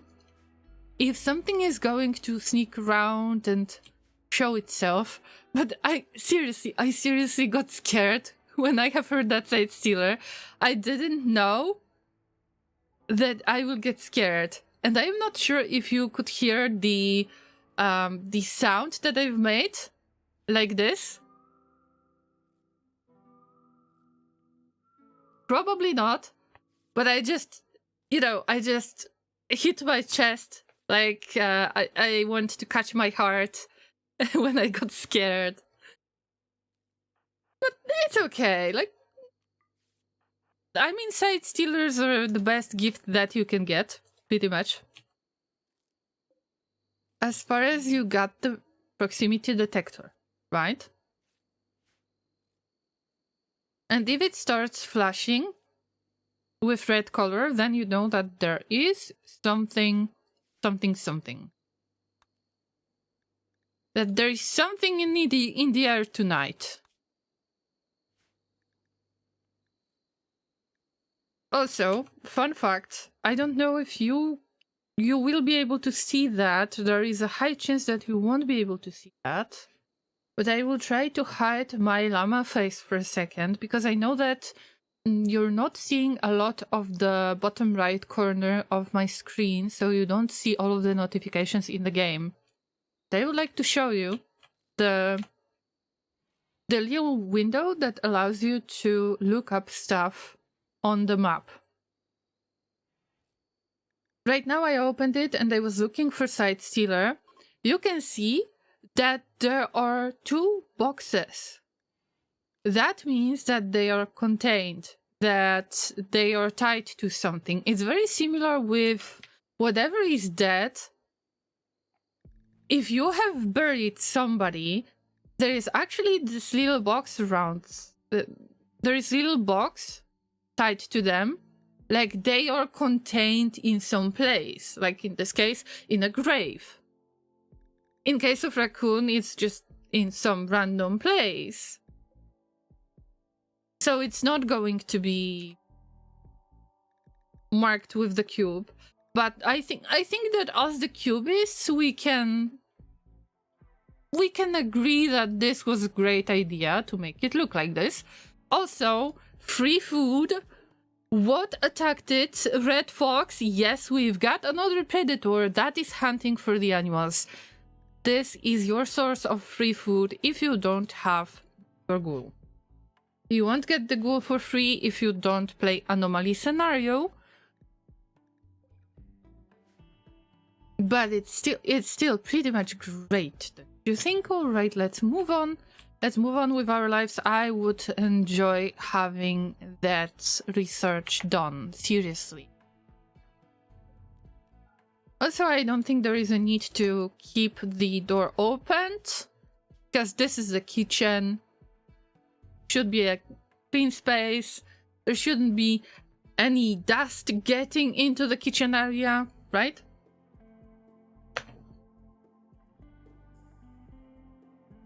Orb is still in mental state. I think it's time to hunt some animals, especially because I know that it will be annoying to get rid of that raccoon.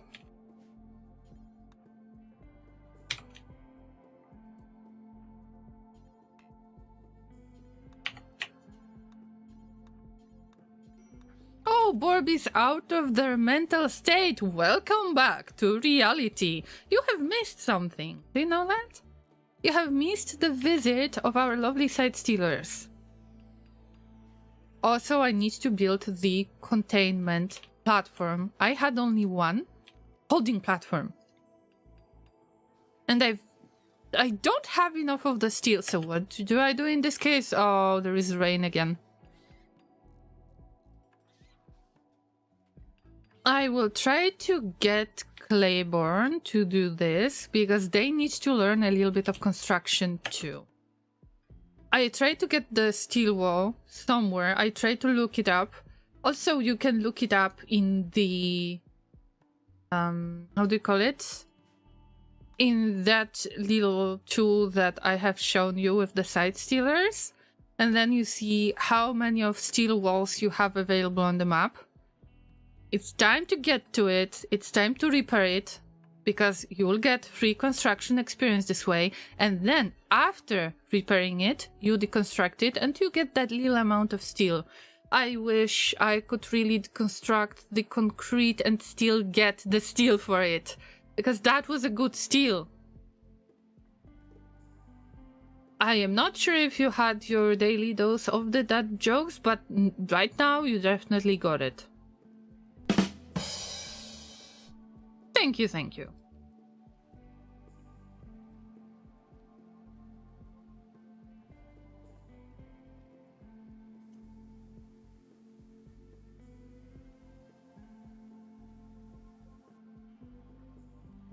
Oh no, eating without table.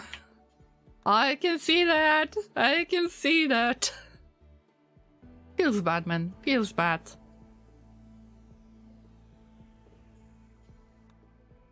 But this way I can get a decent amount of steel that can be used for the containment platform.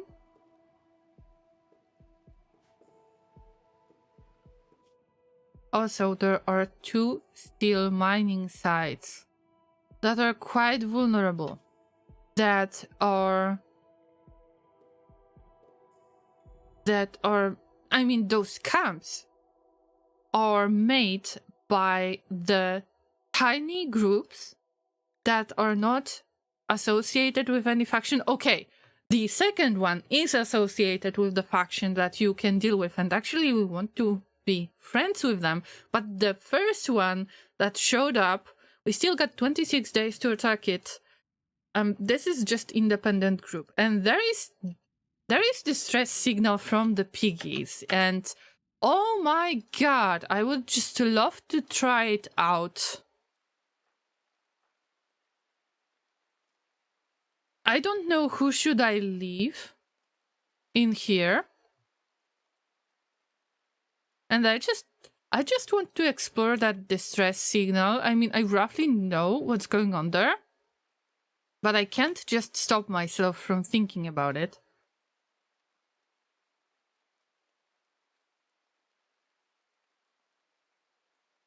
Also, you have probably noticed already that I tend to use a lot of that lookup up there, because somehow my brain started thinking that this is the place where you write the save game. No, this is like filtering option that allows you to find other saves. Currently I'm not using it, and most of my saves are archived already, just in case something would happen to my OS again, or something like that. Even if I am synchronizing it with the clouds, and when I remove it from the cloud, it's my risk that I am willing to. Let's move on. Update 12. Let's go there. Let's follow the distress signal. It's gonna be fun. You've intercepted a distress signal from a nearby camp of the piggies that actually hate us. The frantic voice begged for immediate assistance defending against a threat, and offered everything at their camp, including recently discovered shards of Arco technology, to whoever is willing to come help. As the speaker tried to explain the nature of the threat, the signal went dead.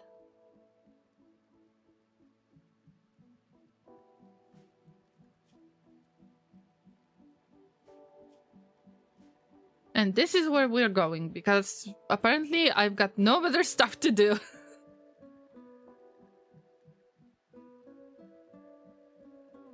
It would be useful to get one book. Even if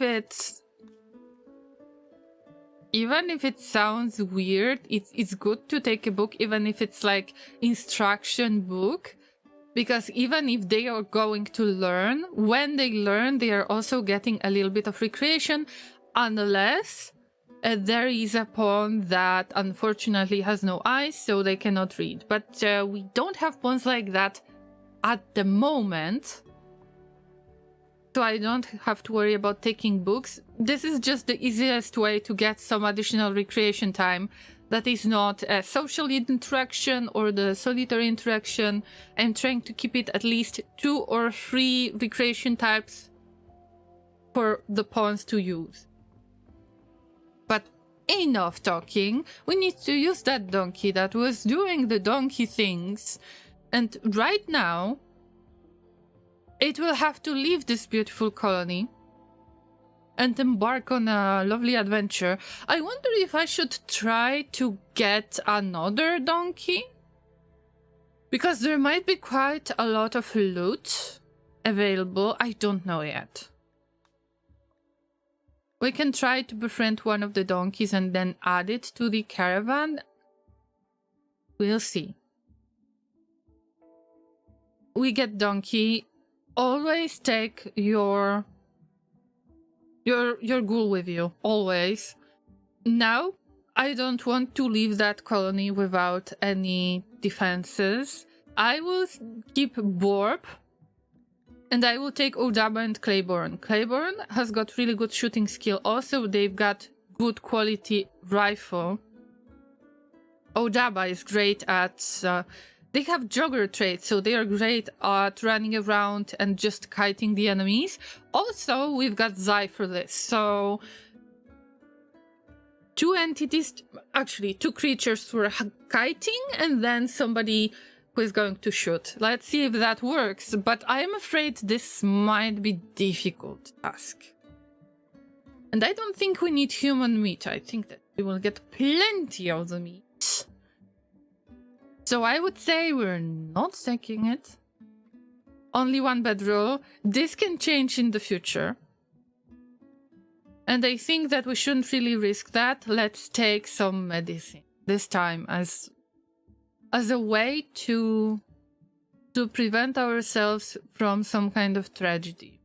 I can imagine what are we going to deal with. Also, in this case, fine meals would be fine, actually, to improve the mood of our pawns.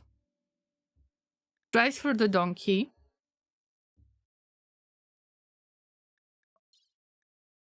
We need one book. I mentioned we need one book.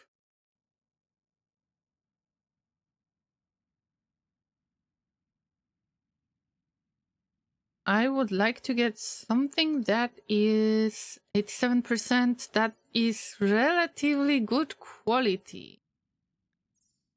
Something that I could possibly lose. Let's say artistic and construction, even if the HP is not something that I am happy about. It's 87%, but let's pick this one. If I lose it, then it's not as big of a deal as something else.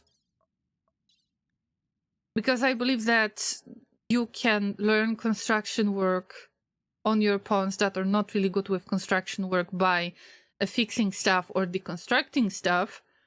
Also, artistic skills. Not every pawn needs artistic skills.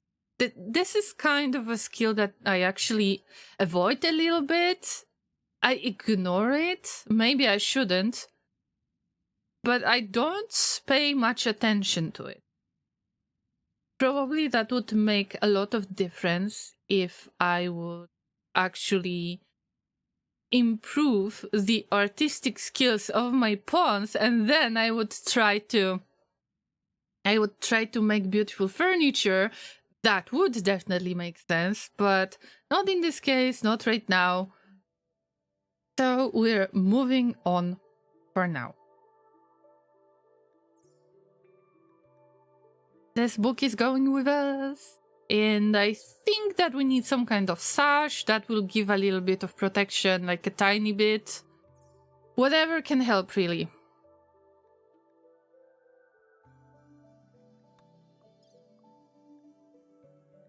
They will get hungry quickly, but trust me, there are other problems than that. And I wonder if Borb could try, at least try to tame one of the donkeys that we still had on the map. Now, here's the question. If the donkeys are still there, or if the donkeys have left. Oh no, we've got no donkeys on the map. There is only one, and that is female. But our donkey is a male, so we either want to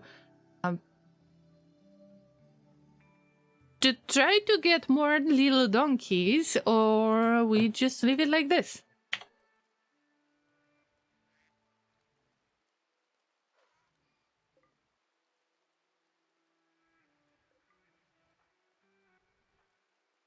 Also, just so you know, we need to get that dye. Yes, I was trying to plant it, to sell it, to have some tiny pieces to sell. By the way, Odaba has got the sash, and Claiborne got the sash. Zai cannot wear anything because they are a ghoul. They are considered... Ghouls are considered something between the animal and the pawn.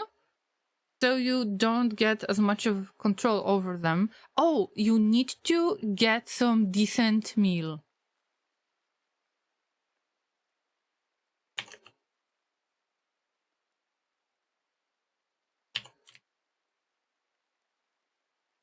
Need to get some decent meal before leaving, because you're not going to get a lot of food.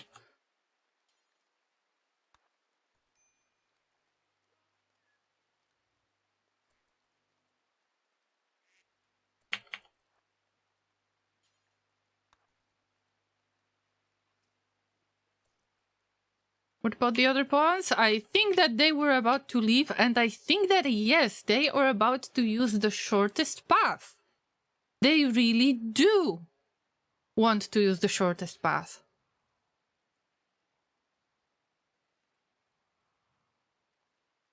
Now they are waiting for Zai, but it's nothing because Zai is a jogger. They move really, really fast, and bye-bye. Good luck, everybody. Good luck. This could be a difficult task. I don't know if the llamas are going to survive, because this is my first attempt on the distress signal. There is a threat, a big threat. Let's see if I can handle it. At least they are using the donkey that is carrying some stuff. Good.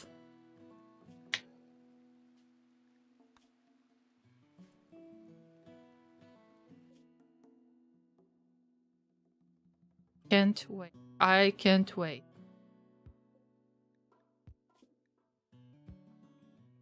We can get the camp loot, whatever there is. I can't imagine what is there, but it doesn't matter right now. It's a matter of survival in the first place. I don't know, Borb, do something, do something. Let's just get that radius a little bit bigger so we can take care of that raccoon as well. And I will have to leave Borb unattended because there will be a lot of stuff going on right now. So let's go. We're getting closer, getting closer. And what I tend to do is that I am looking at that caravan dot, and it's considered that they have reached their destination when the dot is placed right in the middle of this hex. In case I exist, in case of not being sure if I can handle whatever is waiting for me, I like to save the game right before reaching the destination. So just in case, when I load the game is paused automatically because I like to use that setting. The game is paused after loading it. Then I can always click on this caravan and right click for them to just leave to go somewhere else. And it can be considered a little bit of cheat, but who are you to judge, Llamas? So that's a fun thing to keep in mind if you want for your colony to stay alive. I reloaded the game because I have For God's sake, I have noticed that they move back and forth and I just misclicked. I misclicked this time. Oh my god.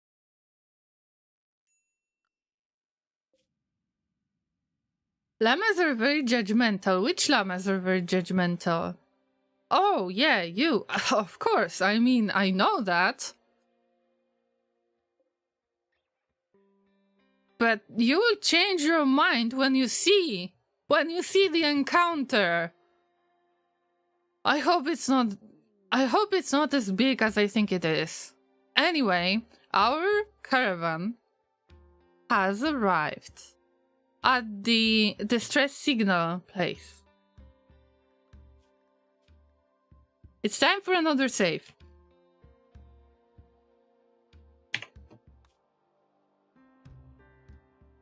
Alright, Llamas. Warp is safe. whatever happens to that caravan, at least Borb is safe.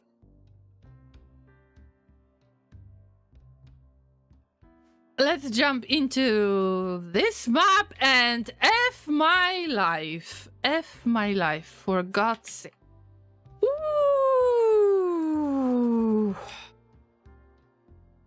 Ouch, I didn't expect it to be so big, oh my lord. I didn't expect it.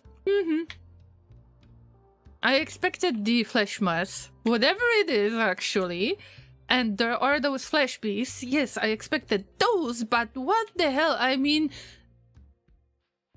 are you digging it or are you deconstructing it? What do you remove this by attacking it? I mean, amazing. Oh my god, there is Pit Burrow. Oh, what the hell is going on? Okay, we've got 3 Pit Burrows. 3. We need to cover them. Like, we need to fill them in. Llama, stay calm, stay calm. There are only 3 of them. For now, Tri-Spike is dividing into 3 finger spikes, so it's not helping. It's not helping at all. But okay, how do you handle this? What is that thing, by the way? Flesh bulb. A bulbous mass of flesh. These flesh beast organs store and refine nutrients for surrounding flesh mass. The chemical process generates a soft bioluminescent glow. Did I have to know this? No.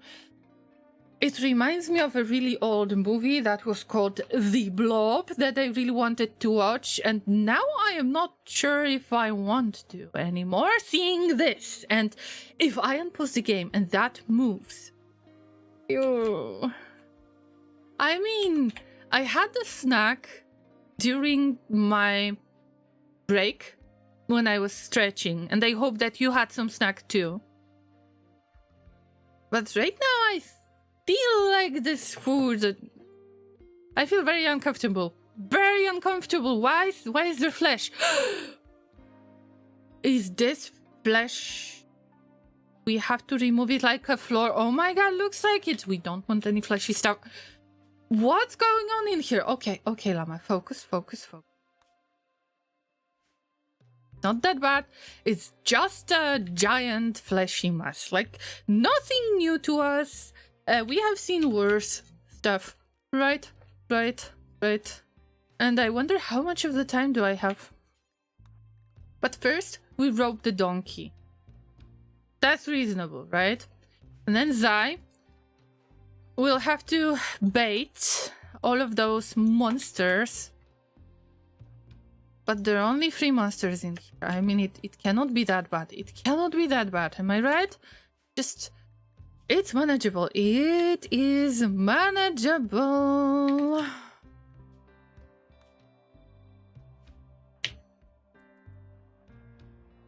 Let's try to attack it. Why do I think that the monsters will respond to it?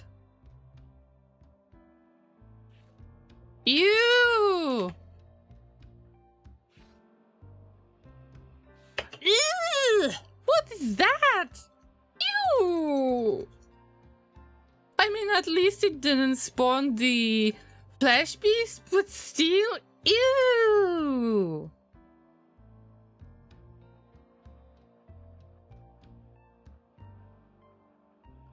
I'm glad I didn't have a sandwich. It was just some sweets. Ew!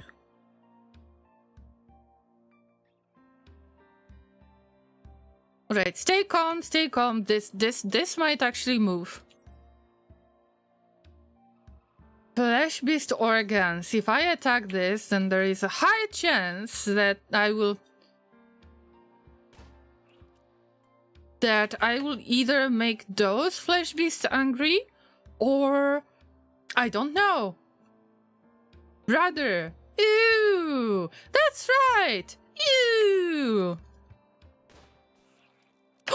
Wow! Okay, it spawns the twisted meat, Zai!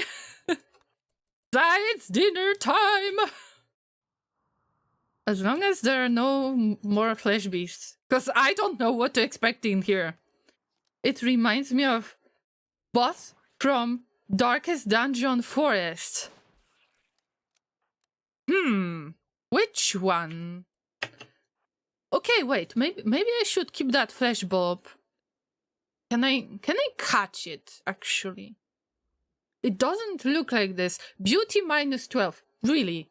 I mean, really? You serious? Let's not attack it. But let's attack the flashies. New entity discovered, Flesh Beast. An ambush! No! Flesh beasts are emerging from the nearby pit burrow. Oh no! How many of them? Okay, run! You better run! Odaba, wake up, because this is not... Yeah. Okay. There are only 3 of them. Llama, focus. Focus. This is just an ambush. I mean, been there, done that.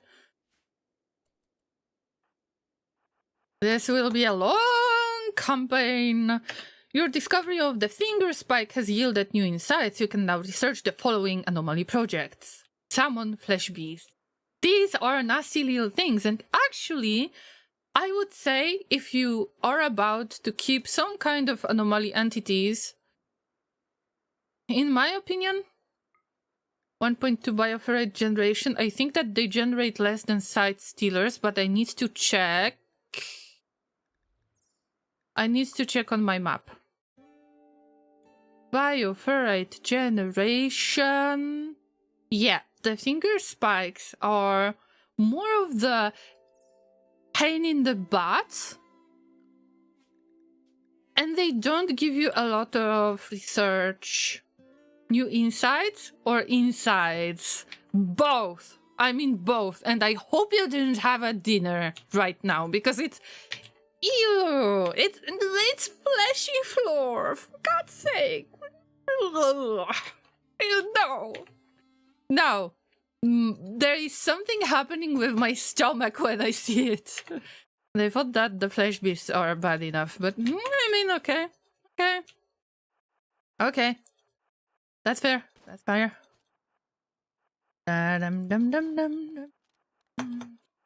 Die!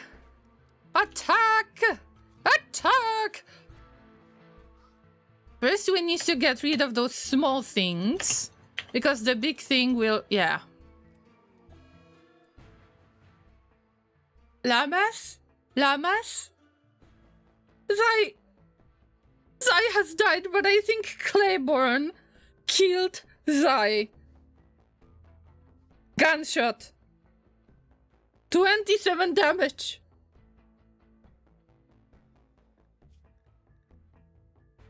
A gunshot wound caused Zai to collapse. Shot Claiborne, but not... No.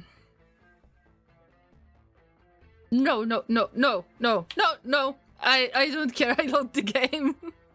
This is my first attempt on this. I've just read on Wiki. The boss is called Flesh from Warrens in Darkest Dungeon. Oh, I know which one. It can change its shape. It's got a weird piggy butt. And also it's got... yeah. It's quite nasty. Actually, I feel pretty much the same. My stomach felt pretty much the same. I get it. Lord. Zai, I promise I will take care of you a little bit better than the last time. Keep in mind that Claiborne has got 9 shooting skill, but also Claiborne is holding legendary rifle, so if that hits you hard. And the flesh beasts are turning into some kind of unknown pool of blood. Oh my god! One hit on Tough Spike. Okay, I am farming legendary weapons when I get back. I haven't seen such thing. Usually flesh beasts are... sorry, Tough Spikes are much more nasty. You don't want to get in the way of Claiborne. Yes! Oh my god! Okay, that makes sense, but we need to bury the burrows. And I think that all of the fleshies need to be destroyed. Also, I'm not sure if that flesh bulb was there or has it just grown a moment ago? Am I imagining things? Am I getting paranoid? I might be getting paranoid. So let's make some nasty dinner.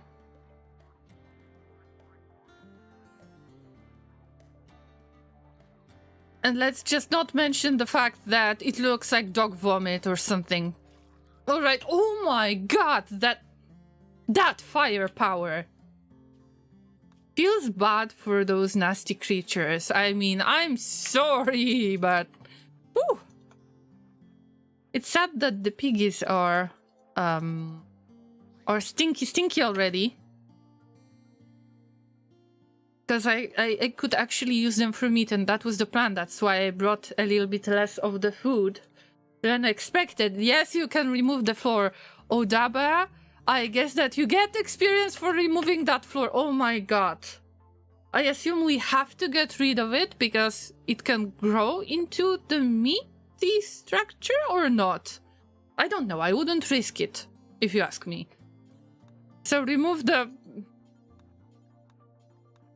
whatever that is. Looks like vomit. Oh my god. Odaba needs some sleep. You will have some nightmares afterwards, my llamas. You! Nasty. Anyway, yeah. Moving on with our lives. We've got Tri-Spike and Finger Spike. But also the mini turrets that aren't connected to the power. I could possibly... Oh, ew, what is that?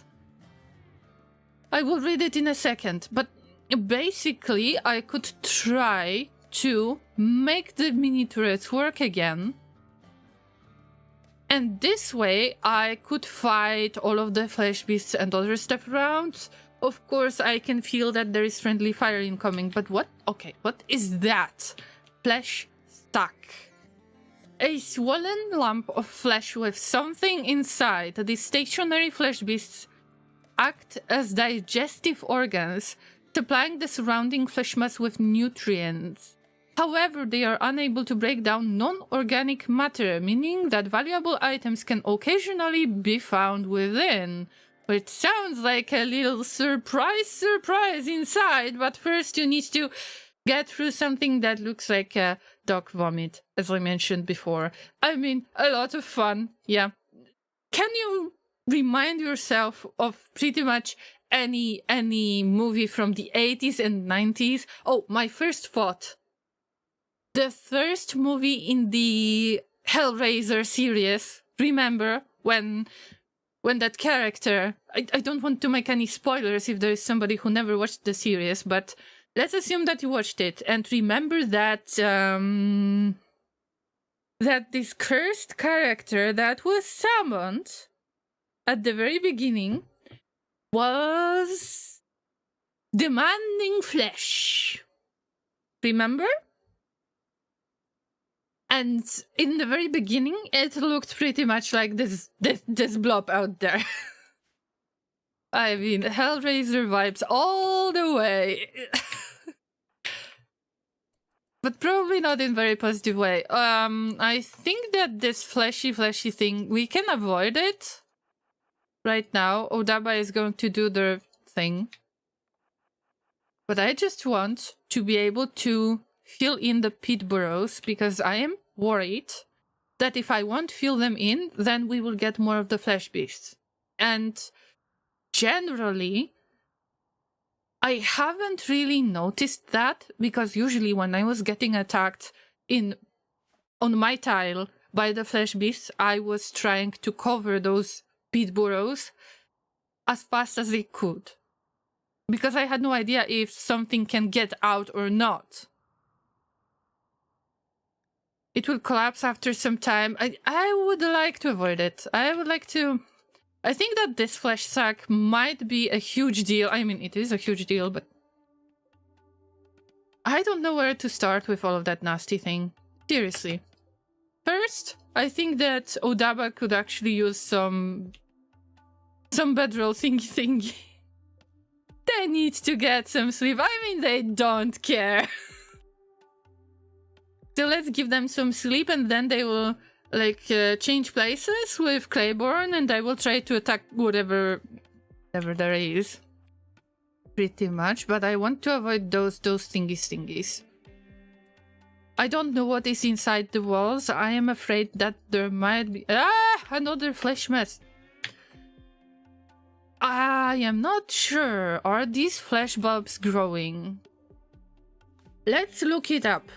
Flesh bulb. We've got 5.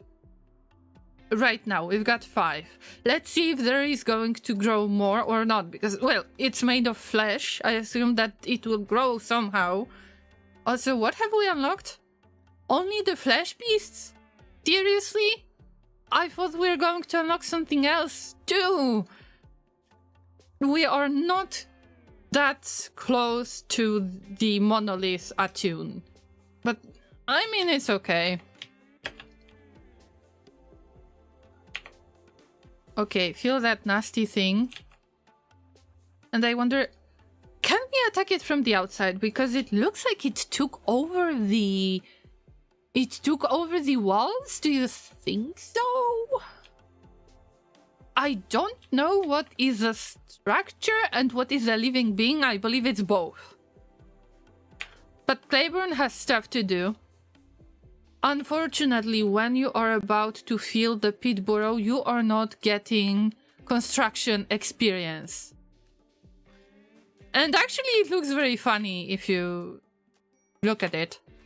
Okay, flesh sack looks like... I don't know, looks like nothing scary. So far, so good.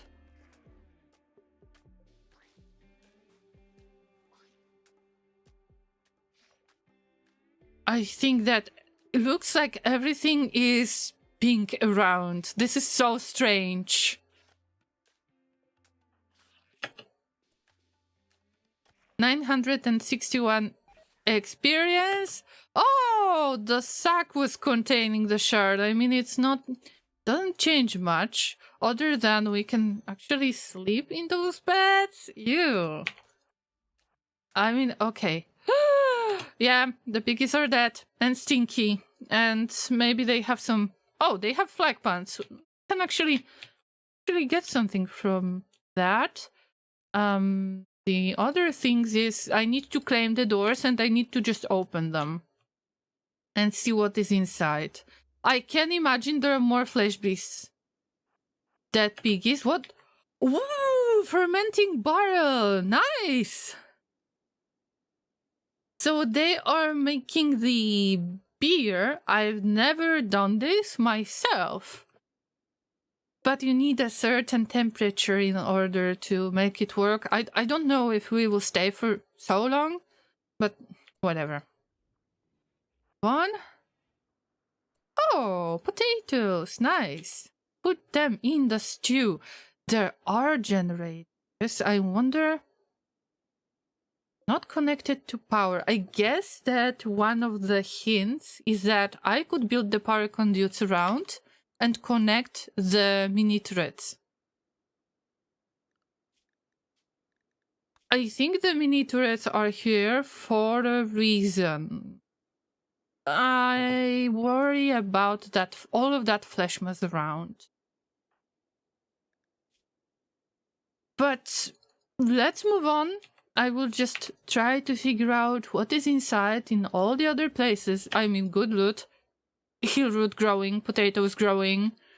They got a little bit of wood generators. Actually, I will eject all of the fuel so I could possibly use it later. Ha! Nice. But I still need to be very, very sneaky because there is a tri-spike around, and it is something that I want to avoid. It's ugly thing. It will turn into 3 finger spikes. Would have thought. And what is in that big room? Alright, we've got herbal medicine as a backup. This is great, but what about this spot? I don't know if it's possible to have some kind of boss fight in here. I know nothing, literally nothing about this location. But I definitely should have visited earlier, so maybe the piggies would be still relatively fresh, you know what I mean?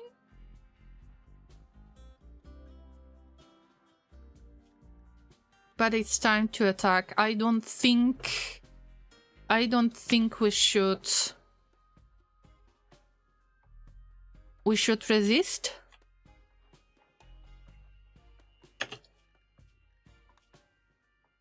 Hesitate was the word. So we get rid of that nasty thingy. But you know, you can be sneaky. You can actually be sneaky. Oh my god, the bunch of beds. Nice. I've heard something. I've heard something.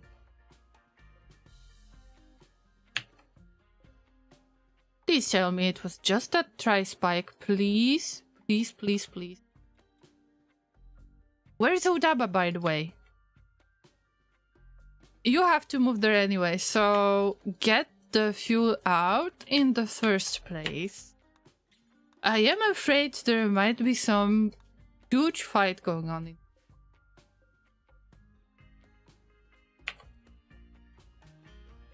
But at least we got some beds. We can take over some beds. Oh, wow. Wow. Hey, fleshies. Hey. Oh, no. The tri-spike is coming. The finger spike is coming. Claiborne, you better shoot. You better not miss it. Oh, damn. They didn't. Wow. Would you look at that? Oh, yes. Yes. Wow. Claiborne, run. Run! Since when they are range attackers? I mean, Odaba, this is not the time. Oh no, you don't you dare to miss! Oh, F my life, F. Get closer, get closer!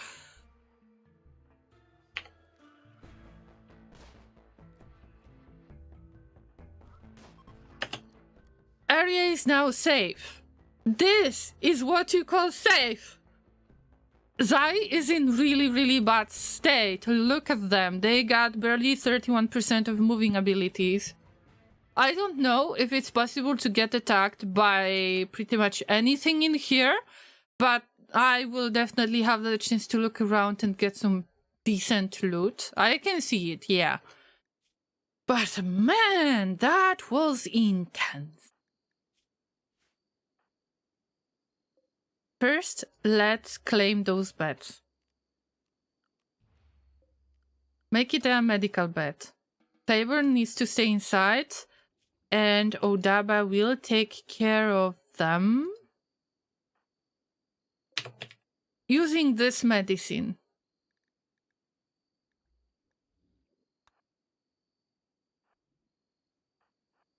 Of course, we still got those finger spikes, but Zai can easily take care of them. And they turn into nothing pretty much. Wow. Okay, but the loot is so good right there. Wow. Fine meals. Simple meals. Meals everywhere and meat everywhere. Let's check those bulbs. Still 5 of them. Looks like it can feed your ghoul, pretty much. And I don't know if I should use it. It doesn't really help with the regeneration, I think. Yeah, so tell me, what is your experience with that? What is your idea about this particular event? Because I am trying it for the first time and I am disgusted, but in a good way. It was supposed to be nasty. Where do I start? I think I need to get rid of all of this flesh mass. I am afraid that this will grow into something. That it will spread.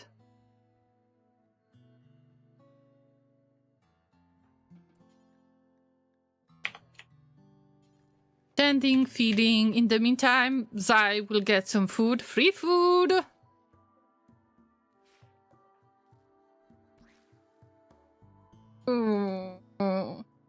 But you know, food is food.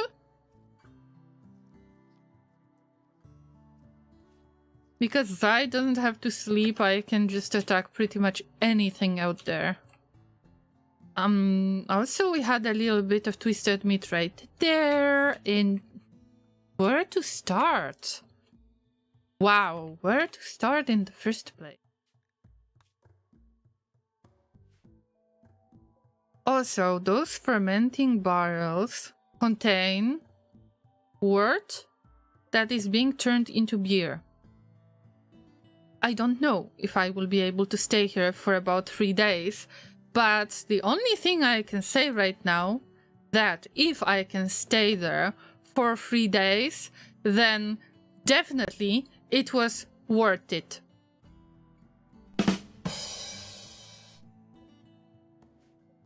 Also, there are cages. We can make some food this way. And what is Borb doing? We can focus on Borb for a moment. They are all right. Just enjoying their life, pretty much.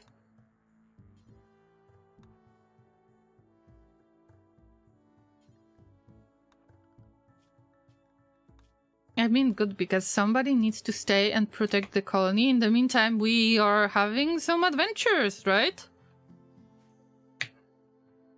I am not sure if this should be my goal, to try to get rid of it. I don't know, I see it for the first time. I was afraid that if I open one of these places, that I am going to see the... like the flesh mass that you're supposed to fight. Some kind of The Thing vibes this time. I don't know what I was expecting. Looks like all of those rooms are safe, except this one, because I don't know what is out there. And it is possible that the flesh mass took over the rooms? At least it looks like it. I don't know if this is true or not, but the piggies had really bad time. Let me say this. They had very bad time. Let's try to just attack the flesh mass, because Zai is not able to move much. You can't really put them to bed unless they have collapsed. If they have collapsed, then yes, you can put them into bed and then you can try to treat your ghoul. Other than that, it's not really possible. So yeah, I mean, good for you. Ooh! It's explosive for what? I didn't know that there is that much of the mess going on. Please do not eat while watching this stream, okay? Llamas, stop it. Get some help. Oh my god. Disgusting. But if I will prevent this from growing or, I don't know, spawning the flesh beasts, then I'm in. Who knows what the hell it is? But at least I can destroy it easily.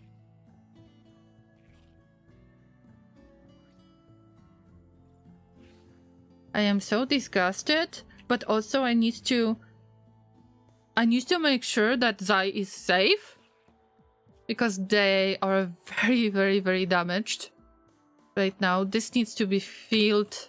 This needs to be filled. SMH. SMH. I hope this is not blowing up.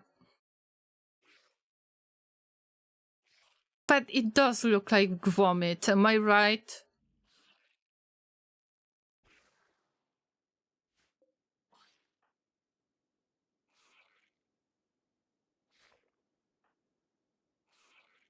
I didn't expect for my stomach to be that fragile today. What's going on? I will keep those 2 flesh bulbs just in case. I don't know if they will explode or not. Fine. I just don't know what to do about this. But Thank you. Odaba is working on covering all of it. So that's good, I guess. I wonder when the caravan is gonna be spotted. It shouldn't be spotted anytime soon. I hope so. Harkov says I'm going to get some sleep. Have a good night. I hope you won't get nightmares because of that nasty fleshy creatures. I didn't expect this to be that ugly. I am sorry about it. Get some good sleep, Harkovs. Don't get the nightmares. See you next time, and I hope that you will spend a more fun time with your kids before the wife gets back. So remember, play some board games with them and generally have some good time. Take care. Oh, I actually uncovered the room. Ew. Maybe. Now I think of it. When I think of it, I wonder if it's possible for this flesh mass to grow. Because I'm trying to figure out if there is anything growing there, if there is anything fresh of some sort, right? And I wonder if it took over those rooms. If I would get there faster, would the rooms be dominated by this flesh mass just like that? Or does it grow over time? I've got many questions. I know that I don't want to eat anything right now. That's something I'm pretty sure about. Ew, that's a big blob. Aria revealed. Oh, this was a dining room, I guess.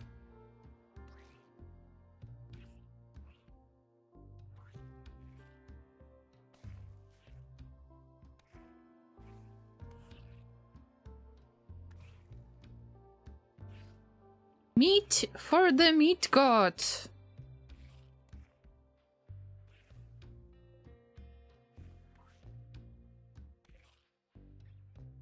That grow bigger? No. Here we go. Going on with Claiborne? Claiborne will get better soon. Yeah, alright. So when they wake up, they will attack other pieces of flesh mass. Is that going to make a difference? I don't know. Maybe we will uncover something else too? No? Yes? No? I will try to deconstruct some of those generators, try to get the heal root, try to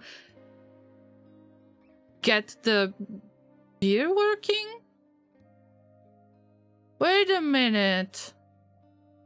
Progress 50%, 30 days left. I don't have that many days. Wait a minute. It was supposed to be 3 days, not 30 days.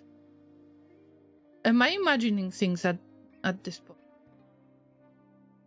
Who is still here? I mean, I am, Katuf. I am.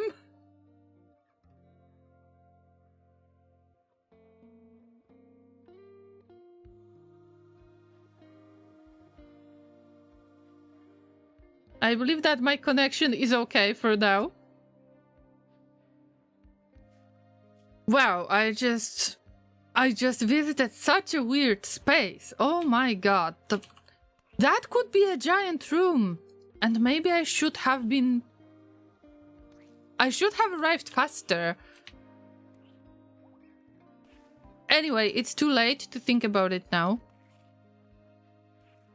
Just, get the loot that you can get, pretty much.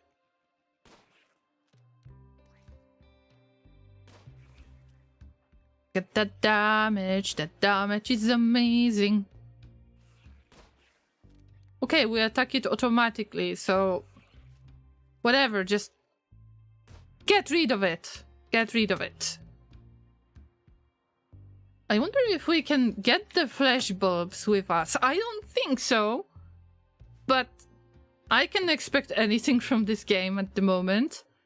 If we reform the caravan, let's pretend that we reform the caravan. Tough spikes. Nope. So you cannot take all of that flesh mass with you. I mean, I wouldn't even try.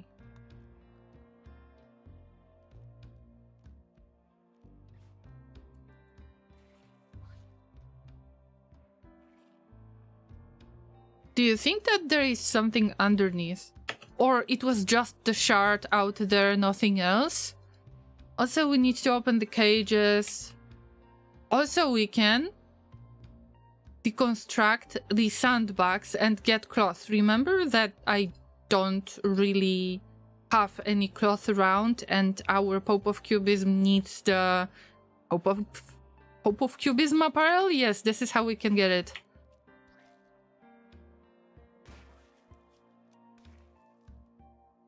I will try to get the flag pants or flag vests.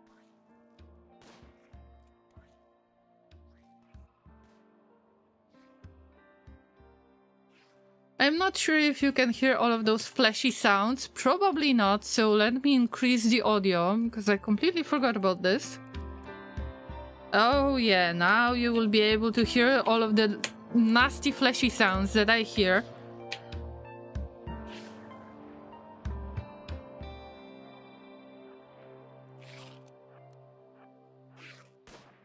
But for now, nobody has noticed that there is a caravan that has a camp. So I can clear up this area and then think what to do next.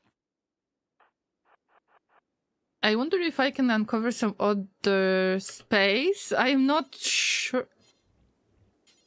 I am not sure about so many things. I've got so many questions. I mean...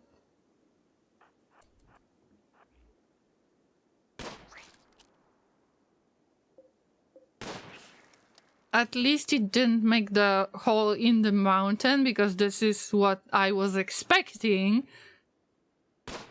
By the way, does that explode?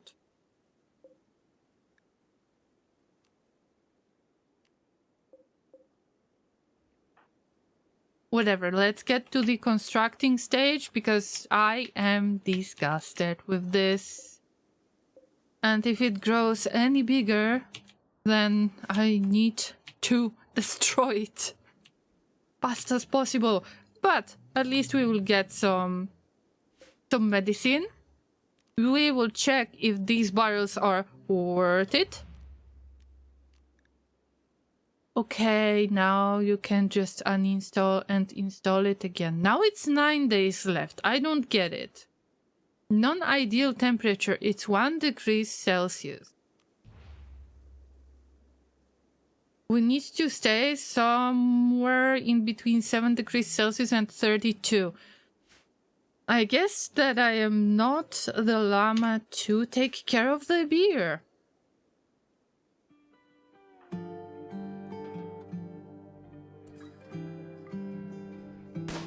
Oh, okay, I haven't noticed that Claiborne is still shooting. I mean, good for you. Good target practice, I guess. Yeah, you are actually getting experience for this from time to time. Wow. Or am I imagining?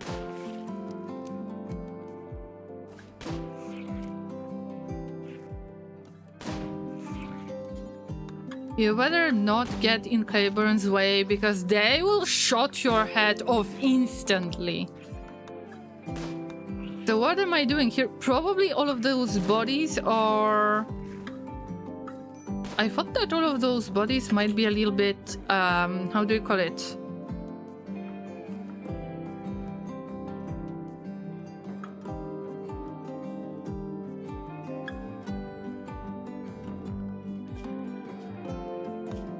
I thought that they are already spoiled and we could try to make it into some kind of food. But I don't know if it's worth it this time. I think it's just a matter of getting the hell out of this place. But there might be something in those cages. There might be some kind of interesting items that we can take with us.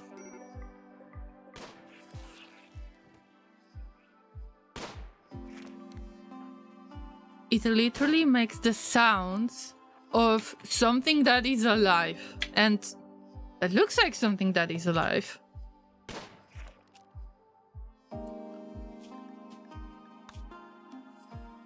What is Zai doing, by the way? Are you getting debuff by any chance? Observing the cage. No. It's not what I meant.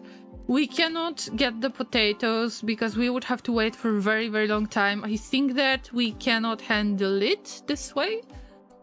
We'll see. Ew. I am looking for stuff that can be taken off, like the flag vests, flag bands. Like the cages that can be deconstructed. I hope that this flesh is not going to grow even further, because I would get disgusted, like truly disgusted. Kinda feels bad for the piggies, I need to admit. But Zai, at least you get plenty of food, am I right?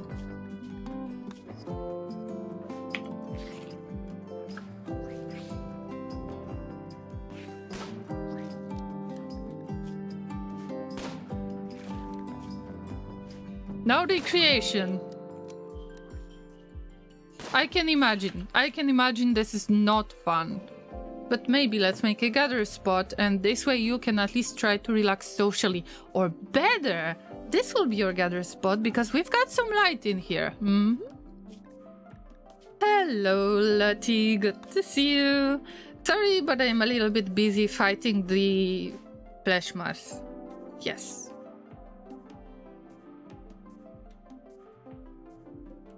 Roses are red, violets are blue. If Blady hid my hair, I would boo-hoo-hoo. Oh, that was beautiful. How have you been lately, Lottie? Please just skip the fact that we've got a huge mess on this piece of map, alright? Just moving on. Let's say that this is a little bit of a mess because we are moving out. Or something. Oh, it's Zai attacking. I think that something might just jump out immediately.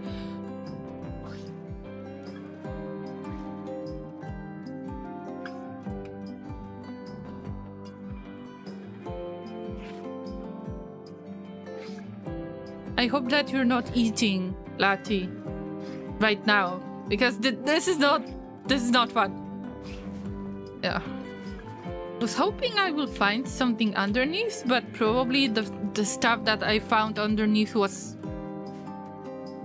this shard, and that's it. Only one shard, but I mean, better than nothing.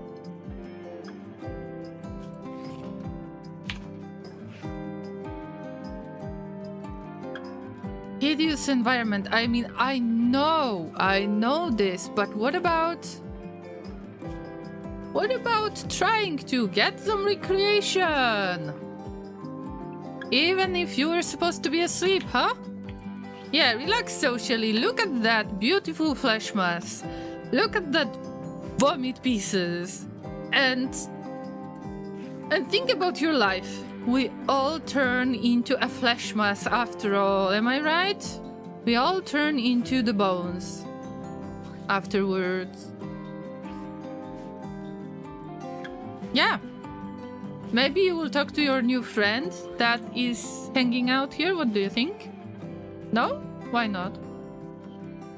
Lati says, I partially skipped the leg day yesterday, did lighter squats and skipped one deadlift set, but I did cycle 50 kilometers today to compensate. Oh yeah, feels good, man. I'm happy to hear that you're very consistent with your workout, even if you need a little bit of rest. Just don't make yourself feel guilty that you had a little bit less of leg day. What about me? I got a job interview this week, and I think that it was very weird. also playing Rimworld, enjoying the flesh mass entity that you can see here, and looting the camp full of dead piggies. That's something I didn't expect to see today. But overall, feeling good. My back is okay-ish, so I would say, yeah, a good weekend is coming. It's just a matter of I need to calm down and wait for the results of the interview. Just like the last time, I don't have any high hopes anymore. Hello, Reaperlink, welcome, and sorry for that mess. I will explain that. It's not a vomit, okay? It's just, I mean, we stumbled upon this, and we're cleaning it. We're about to clean it up. Just don't eat during this stream, okay? This is the first time when I use distress signal event, and I am disgusted enough. What about you, Reaperlink? Feeling better lately? Have you made some bread again? Where are my manners? Sorry, but I tend to forget about that, especially in the situation like this. I'm a little bit distracted. Let's give a shout out to Reaperlink, who is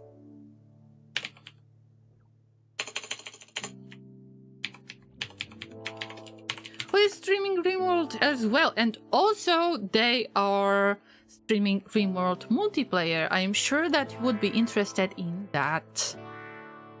I'm aware of masses of human flesh. I'm already sick. Alright. I have nothing to worry about. Of course not, but there is no big benefit from this event. I mean, good loot, but no hands. I would find them quite handy. I wonder if it grows.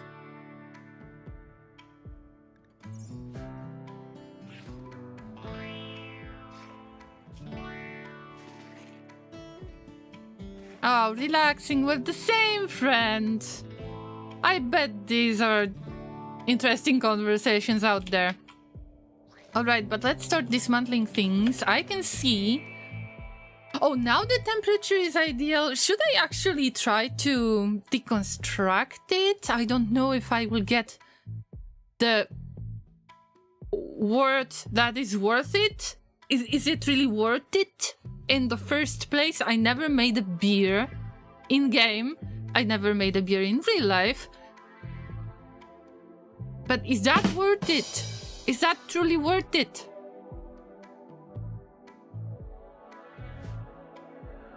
Also, sorry for not saying I was lurking. Someone popped up that I haven't talked with in a while. No, you don't have to explain this, Mr. M. Of course that Twitch is made for people to lurk, so you don't have to explain this. If you feel the need to lurk, please feel free to lurk. Got to hit the hay again. Alright, take care of yourself and good luck with all of that stuff.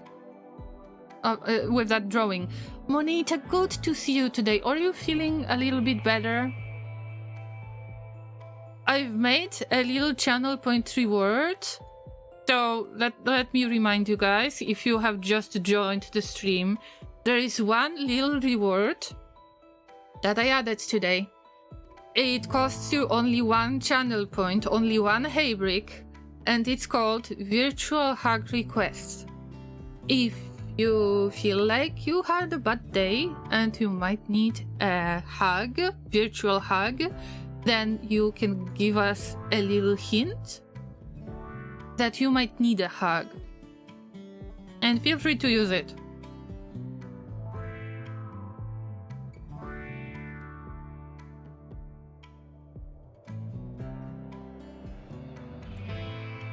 Also, Reaperling says, also I plan on running a multiplayer Rimworld together server where a bunch of people share the same world, but run their own colonies. If you're interested in joining, you're more than welcome to join. Oh, damn, that would be awesome. But I am not sure if the time zones would allow for it. Also,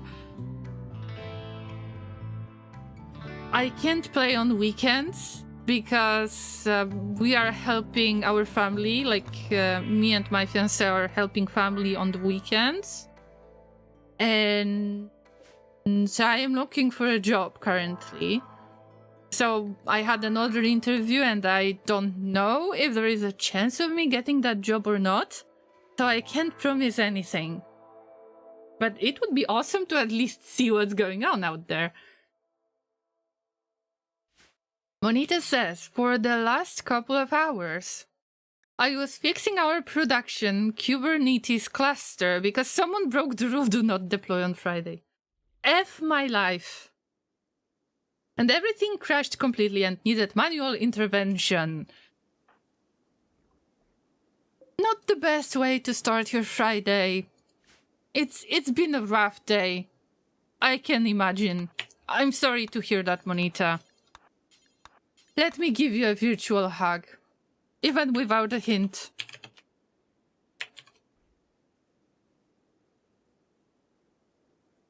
I think you need this.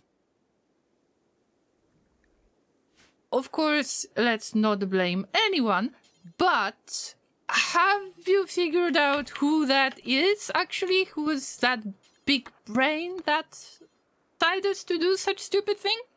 On Friday. That should be... I mean, that should be... Do you have the, like the jail? Do you have a prison cell in your company office? Because you clearly need it. Bro! It's such a lovely Friday.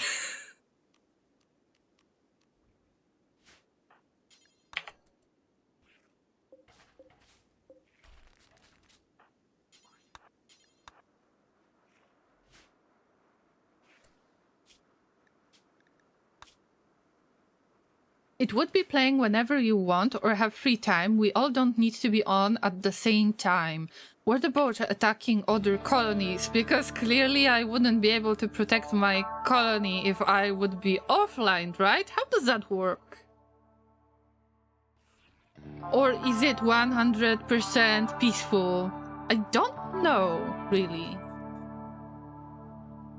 Before, I've seen you and Claiborne playing Rimworld multiplayer. I had no idea that you can even play it in multiplayer. Offline raids don't happen. Oh, alright.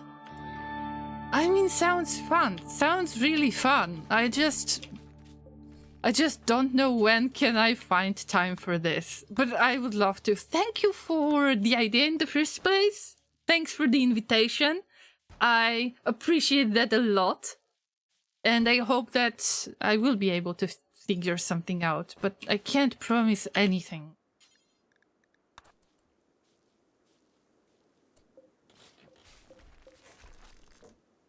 By the way, Llamas, this is lazy way to get some cloth if you need to make some kind of garments out of cloth, but you are too lazy to take care of your cotton because it can be taken over by some kind of, well, you know, by the blight. It can burn. You might wait for a long time and then there is harvest botched. There are so many things that can go wrong with cotton, and so all you need to do is to raid somebody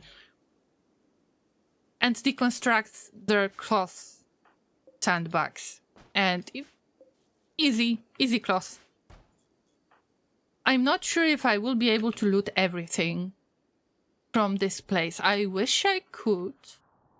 Also, what is Zai doing? You need to attack this flesh immediately. Like, I don't want to see it anymore.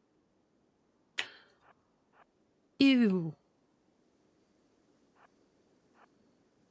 Also, I don't know if that grows. As I said before, and it's gross enough, and it shouldn't grow.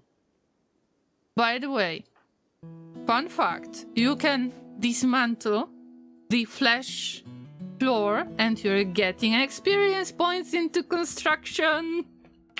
Easy. Yes, these are dead people, actually dead piggies. Both. Look at that. You get the remove floor option, and I've got Claiborne, who is not very good with construction. I can just make them a little bit busy by removing this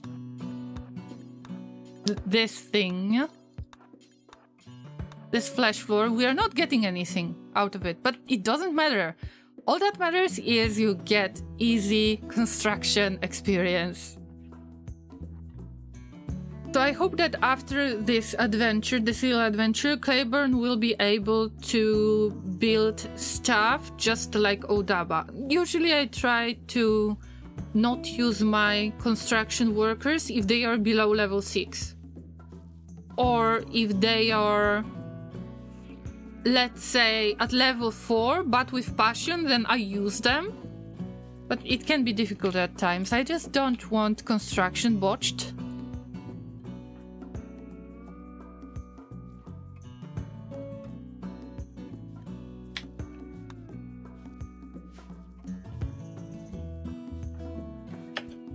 There is no need to clean that up. Trust me. Trust me, there is no need. I'm so disgusted. Normally, I would just get the campfire going. And I would start getting the all of those bodies, making them into food. But I don't know if it's worth it this time. I am surprised. Usually I would use everything that I am able to reach. But this time somehow I don't want to. It's just, let's skip it. I had enough of this.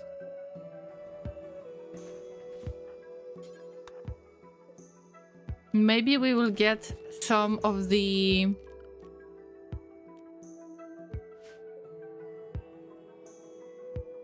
components from the turrets. Actually, if my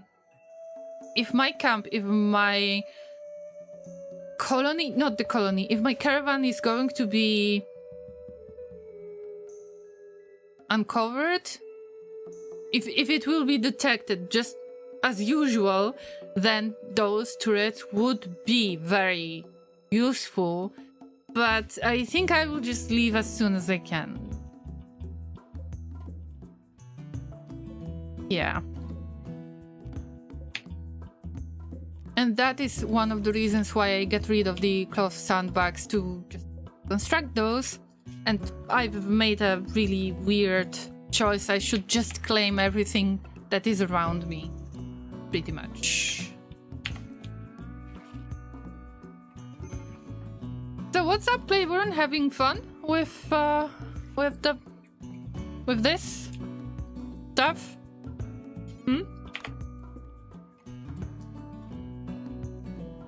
Now we don't want to put them in the cages, we want to deconstruct the cages. Got a lurk, sorry for the semi-spam talking about this. No, it's okay, thank you for the really nice invitation, I appreciate it. We usually play more peaceful and consensual war until the server is about to wipe, but this would be happening next month when the mod updates.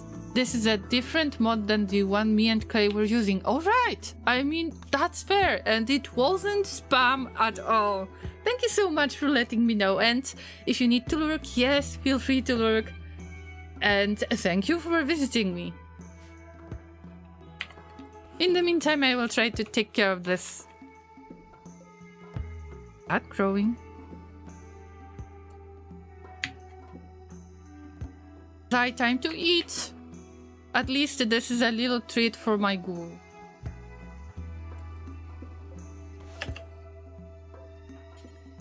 I'm just busy doing I don't know what. Seriously.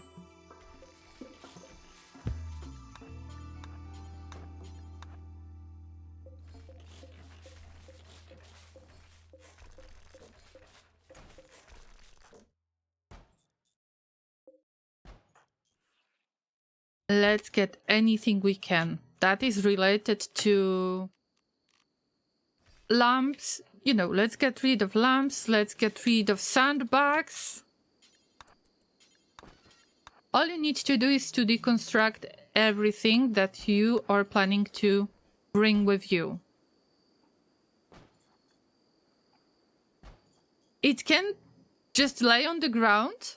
When you reform the caravan fully, then you can just pick up this stuff automatically. So I don't have to care about this too much. But it's a very important experience in construction, not for Odaba though. Okay, what's the beer progress? That would be so nice to actually make that work.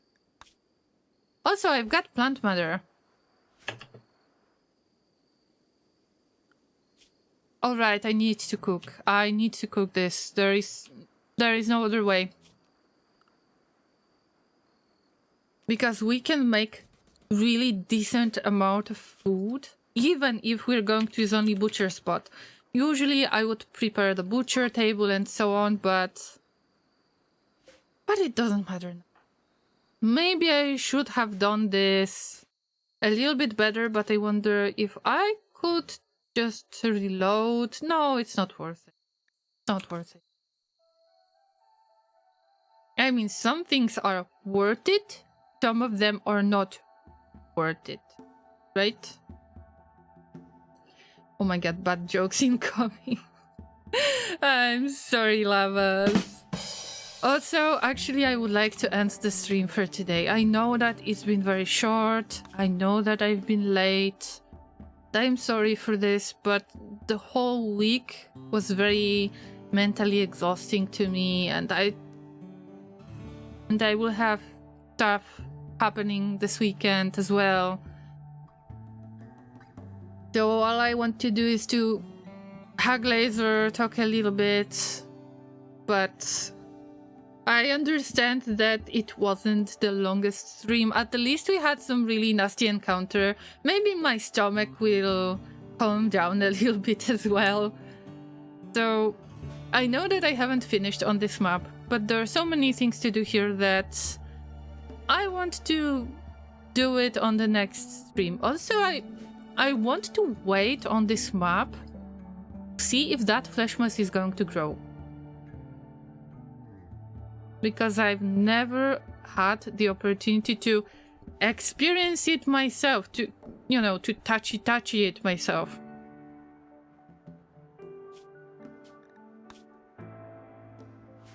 Also, I'm waiting for the beer to be made, apparently. We are making beer, so I guess that this could be the next stream title and the video title for Anomaly 1.6, even if it wasn't really Anomaly 1.6 testing this time.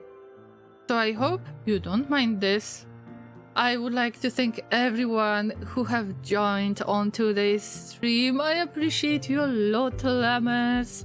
Thank you for being very supportive, especially with your kind words. Thank you for showing up today. And I hope that next week will be better. I will get back to my regular state, let's put it this way. I think that it is time to raid somebody, because I need to get back to it. Definitely need to get back to it. So let me raid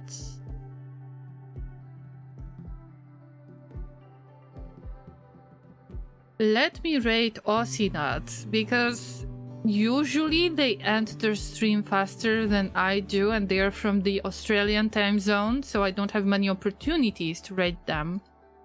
So allow me to do that. I will just quickly raid and run, literally raid and run.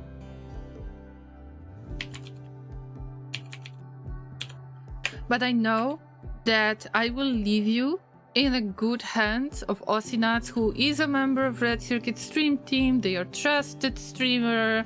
I'm sure that you're going a lot of fun there. Remember that we've got the raids message, so be sure to leave message in their chat. We are here to chew hay and party, and we're out of hay. I am leaving you with the cliffhanger. What is going to happen in the fleshy world out there?